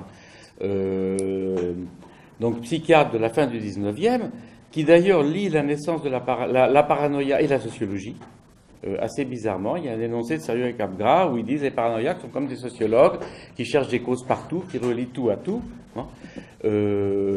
Et donc il y a toute une étiologie de la paranoïa qui se met en place à la fin du 19e, qui à mon avis reprend beaucoup d'éléments de la sorcellerie, du tableau de la sorcellerie. Je pense que c'est assez proche, mais je pense qu'il y a assez peu, moi j'ai lu assez peu de travaux sérieux et convaincants sur ce genre de choses, et à mon sens, ça doit être relié à des grammaires politiques, et notamment dans le cas de la paranoïa, un point tout à fait central, deux points centraux, qui sont au fond les axes de mon système actentiel, c'est la question de la taille, c'est-à-dire de la sélection. Est-ce que je suis un kidam? Est-ce que je suis un moins que rien? Est-ce que je suis un génie méconnu? Est-ce que je suis le plus grand cordonnier du siècle? Etc. Ou le plus grand général. Vous connaissez l'histoire de Mark Twain, là, du plus grand général qui rencontre au paradis le plus grand homme politique.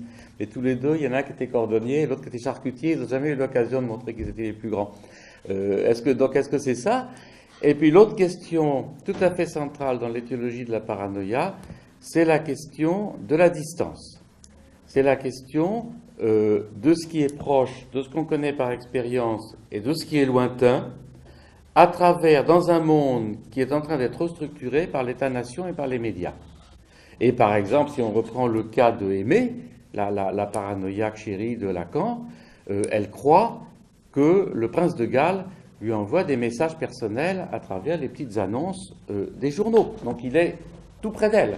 Et évidemment, dans le cas de mes lettres les plus bizarres, c'était tout à fait présent. C'était il y avait d'une part le chef de la CIA essaie de me faire empoisonner via ma femme de ménage. Donc on peut se demander pourquoi le chef de la CIA va s'intéresser à un petit kidam. Donc il y avait un jeu d'échelle. Et d'autre part, il est tout le temps là. Il est tout le temps là. Il me regarde. Il est... Alors, mais je pense que c'est très important de maintenir que les fous sont fous. Donc, si vous voulez, moi, je pense que tout le travail de la labeling theory a été très important, même d'un point de vue humaniste, mais qu'il est dans l'erreur quand il essaie de considérer qu'il suffirait de dire, de changer de catégorie et de considérer que les fous sont normaux pour que tout s'arrange et que les fous sont fous. Hein, il y a un texte de Goffman magnifique, c'est son plus beau texte, je pense, qui s'appelle La folie dans la place. Et les fous sont destructeurs. Un fou dans une institution, un fou dans une famille, ça détruit l'environnement. Les fous sont fous. Mais il n'empêche qu'on peut tout à fait comprendre leur folie, à mon avis, par rapport à des grammaires plus générales.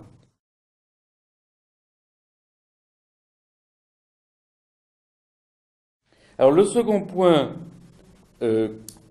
qui est sous-jacent, mais qui n'est pas développé, qui n'a pas été développé, c'est effectivement une théorie de l'institution. Et au fond, l'idée de ce que l'on ne peut pas faire soi-même, c'est le titre du dernier chapitre du livre, c'est bien sûr ce que fait l'institution. Une théorie de l'institution qui, à mon avis, devrait être croisée avec une théorie de la reconnaissance.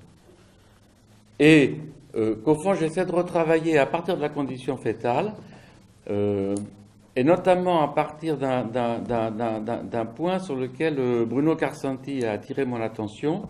Et quand je ne vais pas m'attarder sur la condition fétale, mais disons, dans la première contrainte de la grammaire d'engendrement, il y a la nécessité de confirmer, que la mère confirme par la parole ce qui est venu s'inscrire dans sa chair, ou adopte. Et j'avais pris confirmation comme ça, sans trop réfléchir. J'ai parlé de ça à mon séminaire vendredi. Et Karsenty m'a dit, mais confirmer, c'est très important parce qu'on ne confirme que ce qui existe, que ce qui est. Et il m'a mis ça en rapport avec l'après-coup chez Freud. Donc j'ai été chercher la planche Pontalis et j'ai repris l'après-coup, qui effectivement est très très important dans la psychanalyse. Et donc, au fond, l'idée que j'ai, si vous voulez, c'est que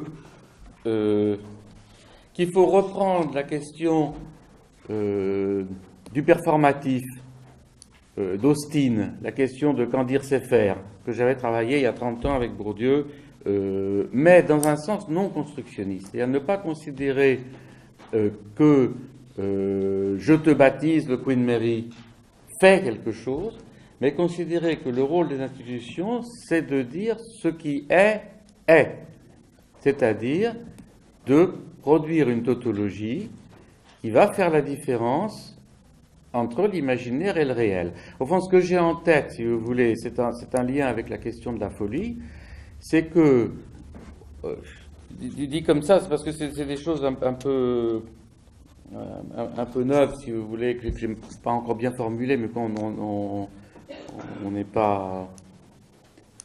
Bon. C'est qu'au fond, un problème des humains, si vous voulez, qui toujours est très sous-estimé par la sociologie, c'est qu'ils savent très peu de choses par expérience directe. Ils ont un tout petit peu, ils ont un peu l'expérience des corps. Si par exemple, je dis à Cyril, passe-moi la bouteille, et qu'il me passe du papier, et qu'il me passe ça n'ira pas. Bon. Je dirais non, pas ça, la bouteille. Bon. Ils ont un peu l'expérience donc des choses ou des corps, mais dès que la distance s'éloigne, ils n'ont que le langage. Et qu'avec le langage, on dispose d'une plasticité presque infinie. On peut dire je suis un petit oiseau dans le ciel, ou on peut dire au fond hier j'ai lu un livre de calcul et je me suis aperçu qu'en travaillant 15 jours je vais devenir un grand mathématicien et que je vais me présenter au Collège de France en mathématiques. On peut faire absolument n'importe quoi. L'imagination, le rôle de l'imagination est absolument fantastique. Et que du même coup, un rôle central des institutions serait de fixer la référence des mots. Qu'au fond, si on reprend le problème de Freud de sens et d'énotation, de l'étoile du soir et l'étoile du matin, qui ont toutes les deux la même référence, puisque c'est Vénus, le rôle des institutions serait de dire non, c'est pas deux étoiles, c'est Vénus. Et j'essayais là vendredi d'illustrer ça avec un exemple pris dans le travail de Catherine Rémy sur ces chers petits animaux avec lesquels dont j'aime tellement discuter avec elle, qui elle, le petit agneau dans le pré, il est adorable, et ces côtelettes d'agneau dans mon assiette, elles sont délicieuses. Et que évidemment, voilà un exemple où si vous fixez la référence, vous rendez la vie impossible. Et donc, où il faut que l'institution laisse faire, là. Il ne faut pas que l'institution s'en mêle. Mais qu'il y a d'autres cas, si par exemple on dit est-ce que vous êtes polytechnicien ou pas? On va avoir une institution qui va fixer la référence du terme. Alors, du même coup, si vous voulez, je ne vais pas continuer, mais ça renverrait, à mon avis, à des choses fort intéressantes, parce que dans l'idée d'institution, là, il y a toujours l'idée chez Durkheim de durcissement. C'est assez bizarre. Et j'ai regardé confirmation dans le dictionnaire de théologie de spiritualité, et dans celui de théologie catholique. Alors, c'est un sacrement assez bizarre qui durcit la grâce du baptême. Et évidemment, on voit bien que l'autre chose d'institution qui est objectivation, qui est le dépôt à l'extérieur, va avec cette histoire de durcissement. C'est-à-dire que c'est tout ce qui va, et ça renvoie à la distinction finalement de l'écrit et de l'oral dans la grammatologie de Derrida, etc. Ça va être tout ce qui n'est pas le vivant, tout ce qui va inscrire, déposer à l'extérieur, dans des choses, dans des codes, et donc soustraire. C'est pour ça que je ne suis pas du tout pragmatique, au fond. Plus ça va, plus je suis contre l'idée de sociologie pragmatique. sinon au sens à la rigueur de la pragmatique linguistique. Mais, parce que je pense que je suis pas du tout... bref. Et donc, ça va être ce mouvement, on va avoir cette espèce de respiration sans arrêt entre le mouvement de la vie qui va se plier aux circonstances, caresser un petit mouton, et puis dans une autre situation le manger, tout ça est tout à fait normal, et puis le mouvement de dépôt dans l'institution qui va au contraire dire mais c'est le même, donc il faut un droit, il faut savoir si vous avez le droit, si vous le mangez, vous n'avez pas le droit de le caresser, ou vice-versa, bon, etc. Et que donc on va avoir, et que ce mouvement-là est ce qui est en jeu finalement dans l'article en question. Mais c'est pas du tout travaillé, et c'est largement ce que je voudrais faire maintenant. Je t'ai répondu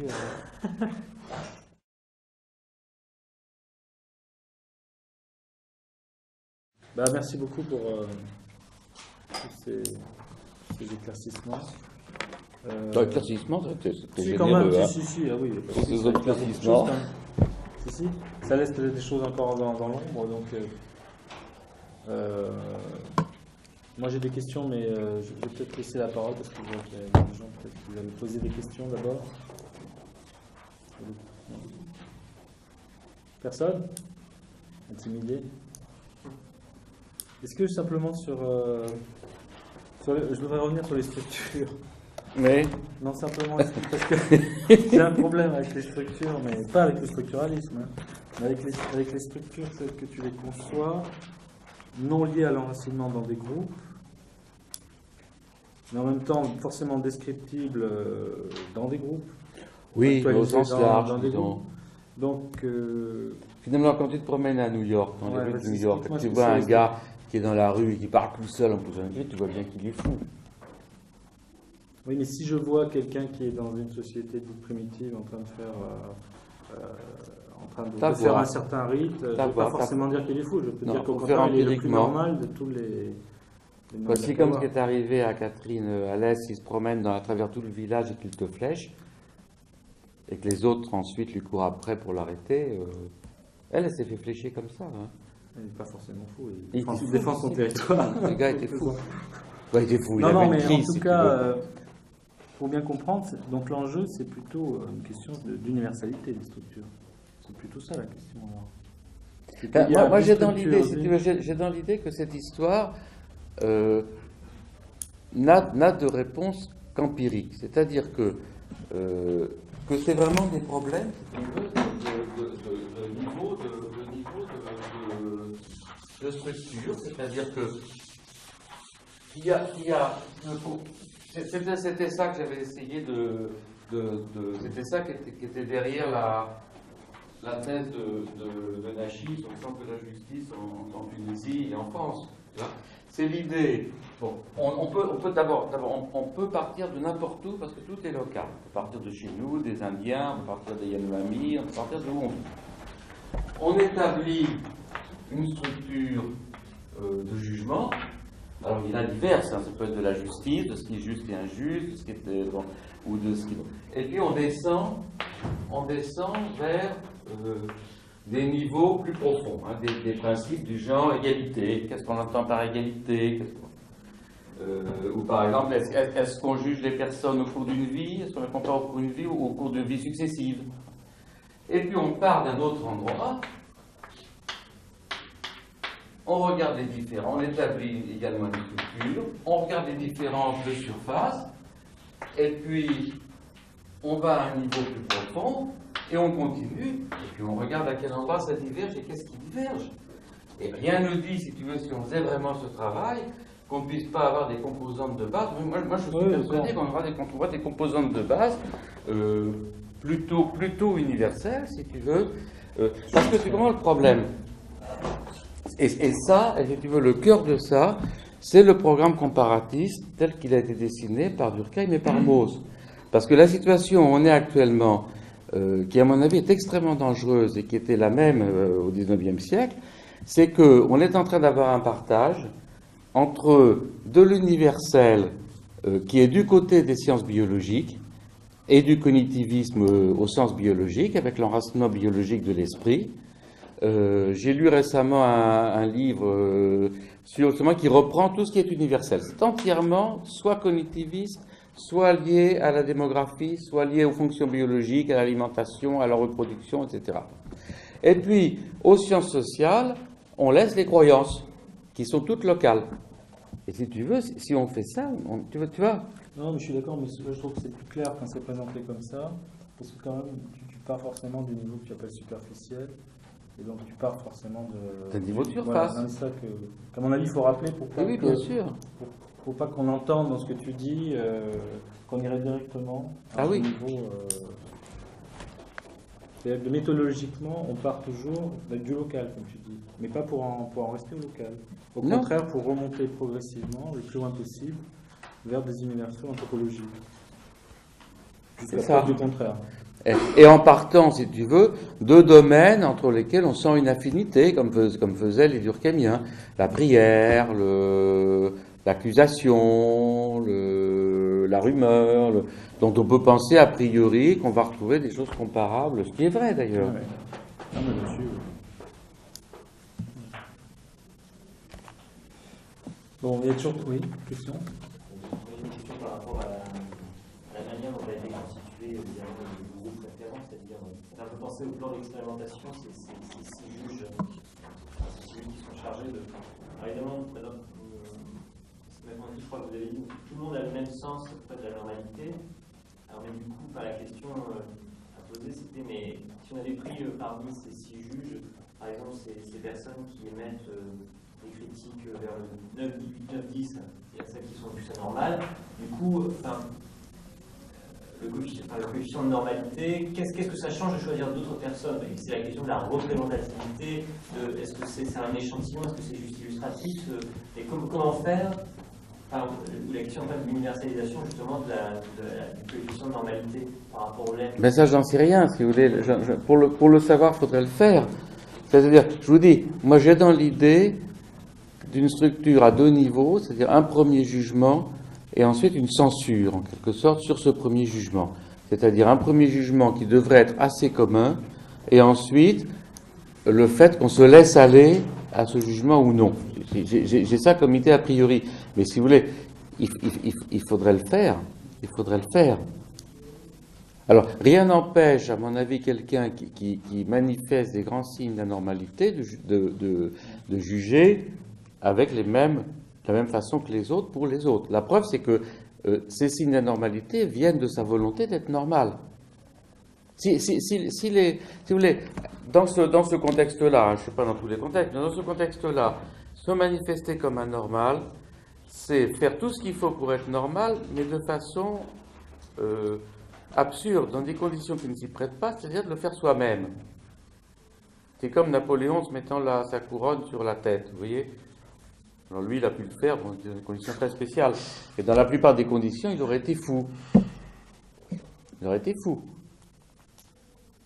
Alors lui, oui. Tous les juges, oui, il y avait une grande cohérence. Oui, j'ai fait le test de cohérence entre les juges, il y avait une grande cohérence. Oui, parce que, comme tu le dis, il y a la question de ces jugements d'anormalité, et ensuite il y a la question de la tolérance à l'écart. Oui. C'est-à-dire que je pense que moi je te suis dans cette distinction. On peut très bien imaginer qu'on a à peu près tous le même sens de la normalité. Après, il y a la question de comment on gère. On peut même trouver ça tolère, amusant. On peut trouver ça amusant, on peut trouver ça amusant jusqu'à un certain point, Oui. etc., etc. Donc c'est peut-être deux questions, justement, autour desquelles s'articule le rapport entre sens du réalisme et sens de la justice. Jusqu'à quel point... enfin bon, bref. Et alors cette théorie, moi c'est sur la théorie de l'institution qui est esquissée à la fin, là, c'est une théorie est-ce qu'on peut dire que c'est une théorie de la canalisation du délire collectif, quoi, presque? Ce que tu disais, c'est ça. C'est une théorie, ce serait une théorie du si tu délire veux, au fond, avant même la question morale, ou avant même la question de la justice, de toute façon c'est les deux critiques de Kant, il y a la question de ce qui est. Si tu veux, on a une. Moi, ce qui m'étonne toujours, vous prenez tous ces reportages qu'on a à la télévision maintenant sur la CIA dans les années 50. Moi, j'ai des amis ou des gens de ma famille qui me disent « Oh, on a vu ça, moi je regarde pas beaucoup la télé hier, à la télé, c'est incroyable, la CIA, ils mettaient exprès du poison ou des produits radioactifs dans la soupe des prisonniers ou des conscrits pour voir. » Alors, en même temps, c'est ce que racontent les fous, hein, que la CIA met du poison dans leur soupe. Ou si vous prenez le film de Kubrick, là, comment il s'appelle, Docteur Folamour, vous avez le général là, qui croit que les Russes mettent dans l'eau un produit, le général impuissant, il croit que les Russes mettent dans l'eau un produit qui détruit ces précieuses cellules vivifiantes, je sais pas quoi. Bon. Mais le problème, c'est que c'est pas impossible. Le problème, c'est que l'incertitude est réelle. L'incertitude est réelle. J'avais cette discussion hier avec mon frère à propos de l'affaire de Toulouse. Quand il y a 2 ans, ça a éclaté, moi j'y ai cru. J'ai cru. Je lui ai dit quand même, c'est un scandaleux, Baudis, qu'est-ce qu'il fait, il va dans des partous horribles. Il m'a dit, mais attends, tes marteaux, c'est impossible, c'est complètement, c'est des structures imaginaires qui traînent depuis 3 siècles. C'est vrai, donc, finalement il avait raison apparemment. Et donc, les capacités de... L'espace réel et l'espace imaginaire, il n'y a aucune raison qu'ils coïncident a priori, ni qu'il y ait une coordination entre les imaginations des personnes. C'est un mystère, au fond, qu'il y ait une relative coordination. Les anthropologues, y compris les anthropologues du monde contemporain, quand on parle avec eux, ils sont beaucoup plus sensibles à ça que ne l'est un sociologue qui travaille plutôt à Paris. Quand vous commencez à parler avec des Français, par exemple âgés, ruraux, ou des Français émigrés récents, vous avez une variété certainement de constructions imaginaires du monde qui est très très très grande. Et la question de la coordination entre ces capacités imaginaires et des points, parce que je pense c'est pas très grave qu'il y ait très peu de points de rattachement au réel. Au fond, il doit falloir qu'il y ait quelques petits ancrages par-ci par-là. Mais comment ces ancrages sont produits, je ne sais pas du tout. Tu vois ? À quelles occasions ? Et à quelles occasions ? Je pense que les affaires sont des grands moments de fabrication de ces ancrages. Et ça permettrait aussi de reprendre même la question de l'arrêt. Oui. Parce que l'incapacité de l'institution à arrêter malgré tout le travail de la réunion, le travail de la... Oui. Oui. Et qu'au fond, les affaires, c'est des moments... Soit, les affaires, c'est vraiment la lutte du vivant et du figé. Hein. Je reprends des catégories pseudo-Bergson, mais c'est vraiment ça. C'est-à-dire que soit on va essayer de mettre à bas un système d'ancrage dans des mots. Hein, par exemple, assassin. Le mot assassin. On va vous montrer une femme en larmes, une grosse mémé, qui a piqué son fils pour l'empêcher de souffrir, qui pleure devant les caméras. On va dire, c'est ça un assassin? C'est ça que vous appelez un assassin? Non, c'est vraiment un problème de référence. C'est vraiment changer la référence de... Et donc ça va mettre à bas un travail d'ancrage institutionnel. D'un autre côté, on va avoir d'autres cas où on a une prolifération imaginaire absolument fantastique et où le travail institutionnel va parvenir à stopper la prolifération imaginaire et à réancrer et à refaire un lien et à refaire de la référence et à refaire dorénavant quand on dira, prenez par exemple tout le débat sur qu'est-ce qu'être un psychanalyste. Dorénavant, quand on dira psychanalyste, on voudra dire ça. Donc on va fixer la référence du terme psychanalyste. C'est pas des trucs très, très savants. Hein. Si. Quoi ? Si, ça peut le devenir. Non, ça l'est. Non, qu'est-ce que t'en penses d'ailleurs de ça ? Non, moi je pense que ça irait dans le sens de même, je crois que je me souviens que Durkheim parlait un peu de ça, de oui. mouvement de délire, que l'institution règle le délire personnel et on fait un délire réglé collectivement en quelque sorte. Mais ce que tu as dit sur les capacités d'imagination et de délire qui permettent notamment le langage, ça c'est vrai que c'est tout à fait... Mais autant qu'il me semble, j'ai pas bien relu, Durkheim parle toujours de durcir, mais il n'explique pas ce que c'est que cette histoire de durcir. Tu vois? Qu'est-ce que ça veut dire durcir? Ça veut dire que c'est soustrait à la situation, c'est soustrait à la pragmatique. C'est déposé comme c'est gravé dans la pierre, c'est comme une pierre. D'où les histoires des rangs de l'institution démotivée, où on se met à prononcer des formules dont on a oublié le sens, mais qui sont très importantes. Tu vois? Et évidemment, dès que tu fais en présence d'autres qui peuvent te le rappeler, tu as déjà quelque chose d'un peu plus dur, dirait Durkheim, que simplement ce qui va s'écouler dans le flux de la vie. Je dirais pas pour autant que c'est soustrait à la pragmatique. Non. Non, mais puisque c'est vrai. la pragmatique, c'est une façon de Oui, c'est vrai. c'est une façon de voir comment ça, l'institution fonctionne. Oui. Non, mais si tu veux, C'est un disons, durcissement, il y a une espèce de fanatisme pragmatique Oui. qui va te dire « Ah, mais vous avez complètement tort de dire qu'il y a un problème avec l'agneau, parce que l'agneau dans le champ et l'agneau dans l'assiette, c'est pas le même. » Sans du tout s'inquiéter du fait de comment est-ce qu'on arrive à faire que ce soit pas le même. Tu vois? Oui, alors ça, c'est plutôt, oui, encore une fois, la question de l'universalité ou de la totalisation. Il ne se pose pas la question de la totalisation. C'est ça. Il ne se donne pas le... À moins d'étudier l'espace dans lequel ces deux situations vont être rapprochées par les aspects humains. À moins d'étudier À moins d'étudier l'affaire de l'agneau. L'affaire de l'agneau, ça va rapprocher, effectivement, Voilà. effectivement. Oui, mais si tu veux, il faut quand même réfléchir Non, je suis d'accord. sur comment est-ce qu'on peut... Comment est-ce que c'est possible? Mais je pense, moi, personnellement, qu'on peut le faire en partant De la pragmatique. des outils de la pragmatique. Enfin, je ne pense pas que ça soit une objection, enfin, je ne sais pas, ça se discute, mais c'est pas forcément une objection de fond au postulat du pragmatisme. Même si c'est vrai que la tendance, ça induit, bien souvent... Attends, c'est par d'isoler. pragmatique, là, t'entends la pragmatique linguistique ou plus Non, généralement plus la généralement. philosophie? Oui, plutôt la philosophie pragmatique. Moi, je la connais pas. Je ne peux pas dire que tu veux, je suis censé faire de la sociologie pragmatique, mais j'ai jamais lu la pragmatique anglo-saxonne. Enfin, j'ai lu l'école de Chicago, ça, j'ai lu en sociaux, mais dans les philosophes pragmatiques, je ne les connais pas.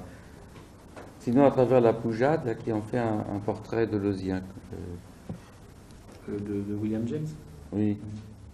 J'ai jamais lu William James, je suis désolé, mais. Ni Dewey. Dewey, c'est un philosophe? Oui, je crois. Je vais demander à Frédéric. Non, c'est la preuve qu'on n'a pas besoin de... Bon, est-ce qu'il y a des questions de réaction, non? Oui. Moi, je voulais revenir sur le passage de la dénonciation à la condition fétale, parce que j'avais jamais pensé. C'est un raccourci comme ça, de 20 ans de travail sur une seule question. Et en fait, on pourrait dire que on est passé de la figure du fou à la figure du fœtus, qui sont en quelque sorte deux figures limites de la sociologie, parce que c'est deux êtres qui sont en rapport avec rien. En fait. C'est-à-dire que la question, c'est pas de savoir ce qu'ils sont en eux-mêmes, c'est de comprendre par quels processus sociaux on arrive à construire des êtres qui ne peuvent être mis en relation avec rien. En fait. Et de ce point de vue, là, la formule il a raison, mais on ne peut pas le défendre parce qu'il est fou, elle est frappante, parce que c'est la contradiction aussi forte que de dire l'étoile du soir et l'étoile du matin. C'est ça. Oui, tout à fait. Mais alors, mais effectivement, dans la dénonciation, ce qui permettait justement de problématiser cette figure du fou, c'était d'avoir toutes ces échelles, en fait, de taille, où on... Oui, mais attends, il y a une grosse... Et dans la condition fétale, en fait, c'est plutôt la figure de la question de la mise en visibilité qui devient centrale. Bah, oui, mais si tu veux, il y a une grosse différence, c'est la réversibilité, c'est-à-dire que le fou, il peut continuer à faire ça pendant des années, on peut l'enfermer, mais il peut sortir. Le problème du fœtus, si tu veux, c'est que dans une de ses qualifications, il est détruit. Et que donc il ne peut pas... Il ne serait pas détruit, si tu veux. Ça serait, au fond, on reviendrait au cas de figure de la justification.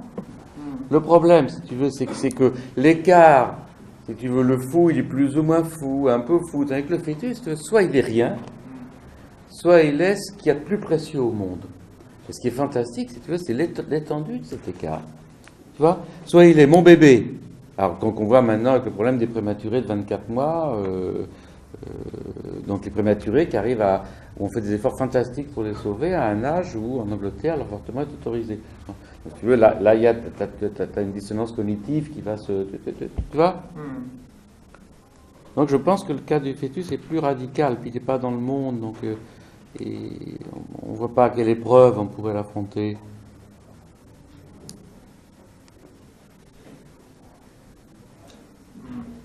Sauf qu'il y a... Parce que dans le fœtus, ce qui permet de faire une sociologie du fœtus, c'est quand même qu'il y a des images. Alors, il y a des images à des stades différents. C'est tout le problème de, justement, comment est-ce que la question ontologique, en fait, ce qui existe, ce qui n'existe pas, comment est-ce qu'elle peut être traitée en sociologie? Elle peut être traitée que s'il y a un gradient, en fait. Un gradient qui permet d'avoir différents stades. Elle est traitée, c'est qu'elle est quand même d'abord traitée à travers la façon dont les gens le traitent. Le premier travail, c'est de regarder comment, c'est de regarder, c'est pas la construction sociale de la réalité, mais même de regarder les épreuves de réalité, c'est ça, si tu veux, c'est de regarder les moments où on va faire du partage entre de l'imaginaire et du réel. Ensuite, il y a le second problème, et qui je trouve est très intéressant, si tu veux, qu'est-ce qui tient de ce partage ou non. J'en parlais hier donc avec mon frère qui est linguiste, et il me faisait remarquer très justement que si on prend le nazisme, on va avoir quelque chose qui est quand même un espèce de délire sur le monde, mais qui va être engagé dans des épreuves, dans des institutions.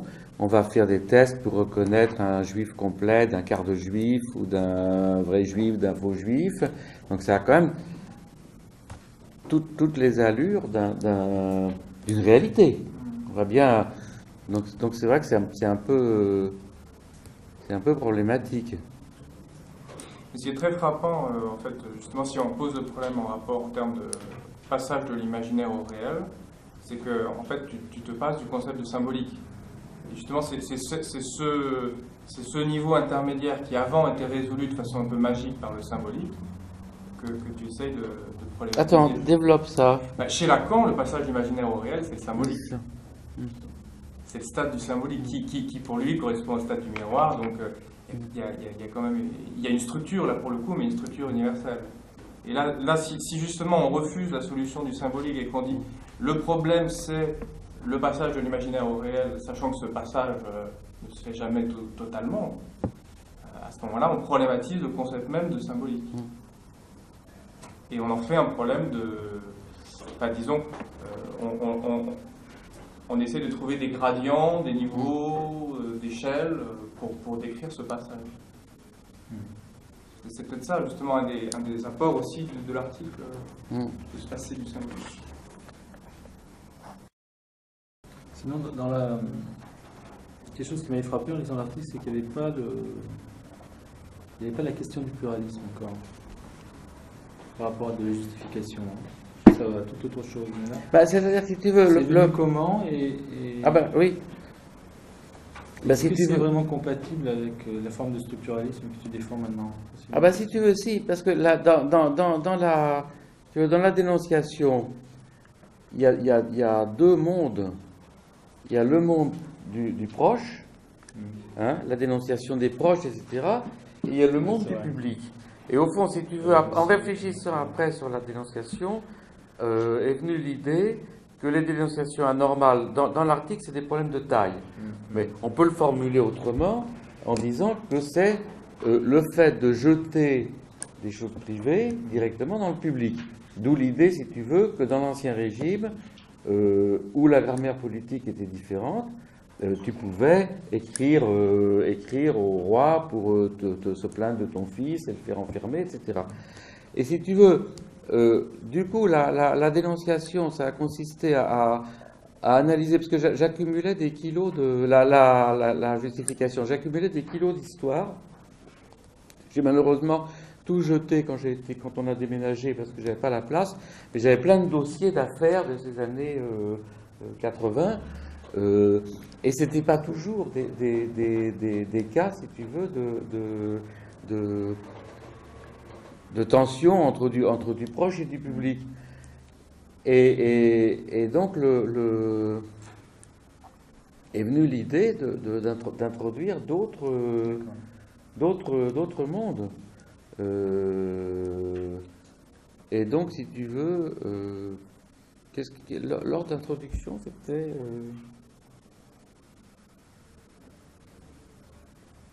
il y a eu, si tu veux, l'inspiration pour rendre compte de la difficulté, y compris dans les dénonciations.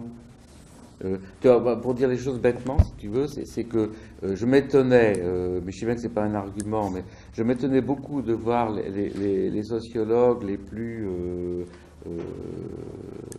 relativistes, quand ils avaient fini leur boulot, aller écouter une symphonie de Mahler et dire c'est absolument splendide. Et donc, si tu veux, au lieu de dire ah, mais c'est un pur produit de la Vienne 1900, et d'ailleurs on comprend tous si on sait que Mahler était un juif, mais un juif qui ne se reconnaissait pas comme tel, etc. Et donc, si tu veux, je me suis dit il faut ajouter une grandeur de ce type. Quant au renom, ça a été introduit parce que, si tu veux, j'avais toujours le sentiment, oui, mais quand même, finalement, il y a bien une base sur laquelle on ne peut pas revenir, qui est, on est grand quand on est considéré comme grand par les autres, tu vois, comme point extérieur, si tu veux. Et donc, c'est pour ça qu'on l'a endogénéisé comme une grandeur parmi d'autres. Ça venait de la tour. Bon, dans les études dans le laboratoire LAC de la tour, c'est quand même l'opinion des autres qui fait la valeur. Et donc, si tu veux, on ne pouvait pas le garder comme une espèce de socle, tu vois, de constituant de base, donc on l'a internalisé. Et puis, la distinction entre la grandeur industrielle et la grandeur marchande, ça, c'est introduit par Laurent. Et la distinction entre les deux, moi, j'aurais pas eu l'idée pour introduire l'économie et les tensions à l'intérieur de l'économie. Tu vois ? Et quand tu dis introduire, ça veut dire que tu conçois ça vraiment comme des outils fabriqués par vous.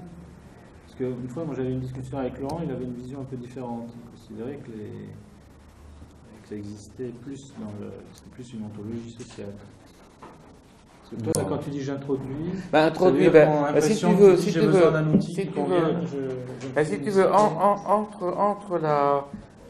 entre la dénonciation et la justification, j'avais pris contact avec un journaliste qui s'appelle De Closet, qui avait publié un livre qui s'appelait Toujours plus, je crois, quelque chose comme ça, et qui était une grande dénonciation du corporatisme, etc. Et il m'avait confié, je lui ai demandé de me confier, il avait reçu des milliers de lettres, de me confier ces lettres. Et j'ai commencé à lire ces lettres, si tu veux, j'avais des expressions de grandeur. Donc c'est pas dans mon esprit, pour moi, c'était pas du tout une ontologie sortie de toute armée de nos cerveaux sublimes. Hein. C'était vraiment repartir de l'attention qu'on appelait domestique, parce qu'en fait, si tu veux, dans ma factorielle, en gros, pour dire les choses rapidement, ce qui se trouvait là, c'était des problèmes domestiques, c'était des histoires de divorce, de jalousie entre frères, de plagiat, et là, c'était des choses, on dirait, publiques. Hein. Et donc, les notes de normalité étaient folles, anormales, les gens étaient fous. Quand ils projetaient dans le public une dénonciation qu'ils n'arrivaient pas à arracher au domestique, et ils étaient normaux quand ils parlaient, avec donc des singularités, c'est-à-dire à faire que tous les éléments de la plainte soient à l'aise dans le public. Donc ça c'était la structure de base. Et puis, ensuite, le problème, c'est que c'était de ne pas laisser un reste qui aurait été soit une explication du genre inspiré, du genre finalement il y a quand même des œuvres qui sont mieux que d'autres, soit du genre explication, mais finalement, derrière tout ça, c'est la reconnaissance des autres. Faire vraiment du relativisme pour le coup. D'endogénéiser de façon à symétriser les ressources du sociologue et les ressources des personnes, d'endogénéiser l'ensemble des possibilités de jugement légitimes dans notre société en tant que ressources des personnes. Tu vois? Ah, oui, je vois bien. Mais par exemple, oui, parce que par exemple dans l'article, l'expression c'est je vais construire une grammaire. Ben, construire une grammaire. L'expression c'est je vais découvrir une grammaire. Ben, c'est ce que font les grammairiens. Les grammairiens, ils n'inventent pas la grammaire française. Mais est-ce qu'ils vont dire justement qu'ils la construisent? Non, ça c'est vrai leur que question. Chomsky il peut dire ça, parce qu'il fait une grammaire savante, donc ne prétend pas faire un modèle savant. Donc, prétend Non, pas, mais là, par la exemple, question que tu poses, qui je trouve tout à fait pertinente, c'est celle du rapport entre grammaticalisation et modélisation. Ça, c'est très juste. Y compris d'ailleurs pour la condition fétale. C'est-à-dire que c'est vrai qu'on produit des objets un peu hybrides, mais c'est le cas, à mon avis, de la plupart des grammaires, mais des grammairiens. Un peu hybrides entre simplement on vous met à plat la grammaire implicite des acteurs, ou on vous construit, nous, un modèle. Ça, c'est vrai. Ça, c'est vrai c'est vrai qu'on a intérêt à clarifier si c'est faisable d'ailleurs. Mais... Moi, personnellement, je pense qu'il faut aller plutôt vers le premier modèle. Moi, je pense. Je pense. Ceci étant, si tu veux, je pense que beaucoup de grammairiens, et notamment les chomskiens, accepteraient l'idée que la grammaire est une modélisation. Oui. C'est en modélisant qu'au fond, c'est la construction d'un modèle qui va au-devant. Qui rend prédictible. Qui rend prévisible.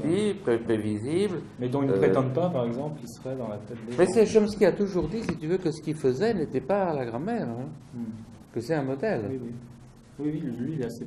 Oui. Lui, c'est assez net, son position. Donc, nous, on peut dire ça, si tu veux, on peut dire ça. C'est des analogues, c'est des artefacts analogiques avec des grammaires. Le fait que le monde ne soit plus une institution crédible à laquelle on puisse envoyer des lettres de dénonciation aujourd'hui, est-ce que ça change quelque chose?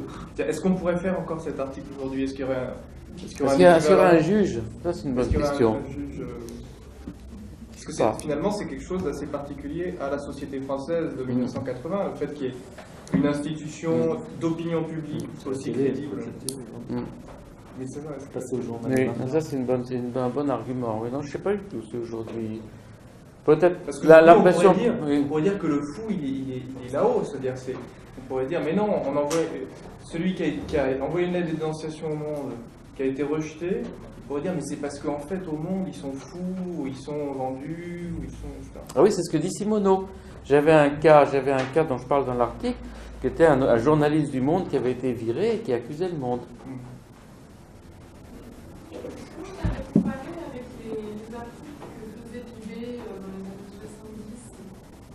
Des choses vraiment très micro, comme mon voisin, mon loyer est trop cher.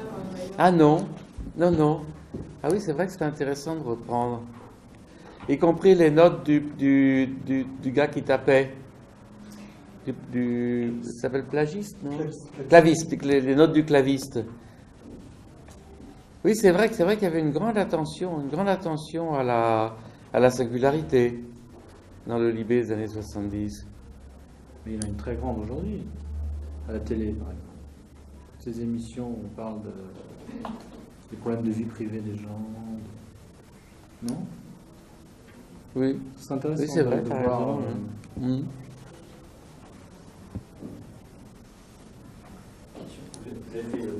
Est-ce que le fait de ne pas reproduire des copies de l'écriture, au niveau des lettres qui sont reproduites tout le temps dans l'article, dans le livre, Est-ce que c'est un choix de les faire présenter sous une forme déjà Oui. papier Oui, parce que Oui. l'écriture, on apprend Tout à fait. on apprend énormément. c'était central. Je l'ai codé, mais si vous voulez, l'écriture, c'est le corps, c'est comme le visage, et je ne voulais pas le reproduire. D'accord.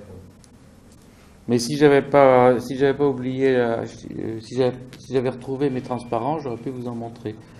Mais je ne les ai plus, les lettres. Là aussi, je les ai été obligé de les jeter, parce que je regrette beaucoup. J'ai plus les lettres. Et il n'y a pas d'archivage à l'école des hautes études, donc très vite, quand on change d'objet, on a des bureaux qui se bourrent de papier, et je les ai plus. Moi, je retiens ce que tu as dit, là, enfin, que tu as souligné sur il a raison, mais il est fou. Oui. Parce que ça donne, après la commission fétale, ça donne quand même l'idée que les objets les plus intéressants, c'est quand on arrive à pointer les belles contradictions qui sont au cœur de la vie sociale, et que là, ça légitime complètement une démarche comme ça, grammaticale, de mise à jour des raisons de la reproduction de ces contradictions. Il a raison, mais il est fou. C'est ça la sociologie pragmatique. On voit une contradiction et on essaye d'en construire un modèle à partir de ça. Je suis pas sûr que Mais en fait, disons, si j'arrivais à développer un tout petit peu ces idées d'institution, ça serait effectivement les lieux où on dénoue des lieux où on dénoue les contradictions. Ouais, exactement. Quand elles apparaissent, parce que si au fond, si personne ne fait jamais le rapprochement entre le joli petit agneau et la délicieuse côtelette, il n'y a pas besoin de se fatiguer la nénette. Et peut-être aussi, d'ailleurs, c'est le rôle des institutions d'empêcher qu'on fasse certains rapprochements. Bien sûr, bien sûr, bien sûr. Mais il y a des moments où il y a des espèces d'idiots qui vont nous ramener ça. Donc à ce moment-là, il faut Parce que l'institution consacre des limites, il y a des rituels de séparation, il y a des choses qu'elle interdit de mettre en rapport. Non, ça c'est passionnant. Ça. Bon, bah tu reviendras nous en parler alors dans 3 ans. Inch'Allah.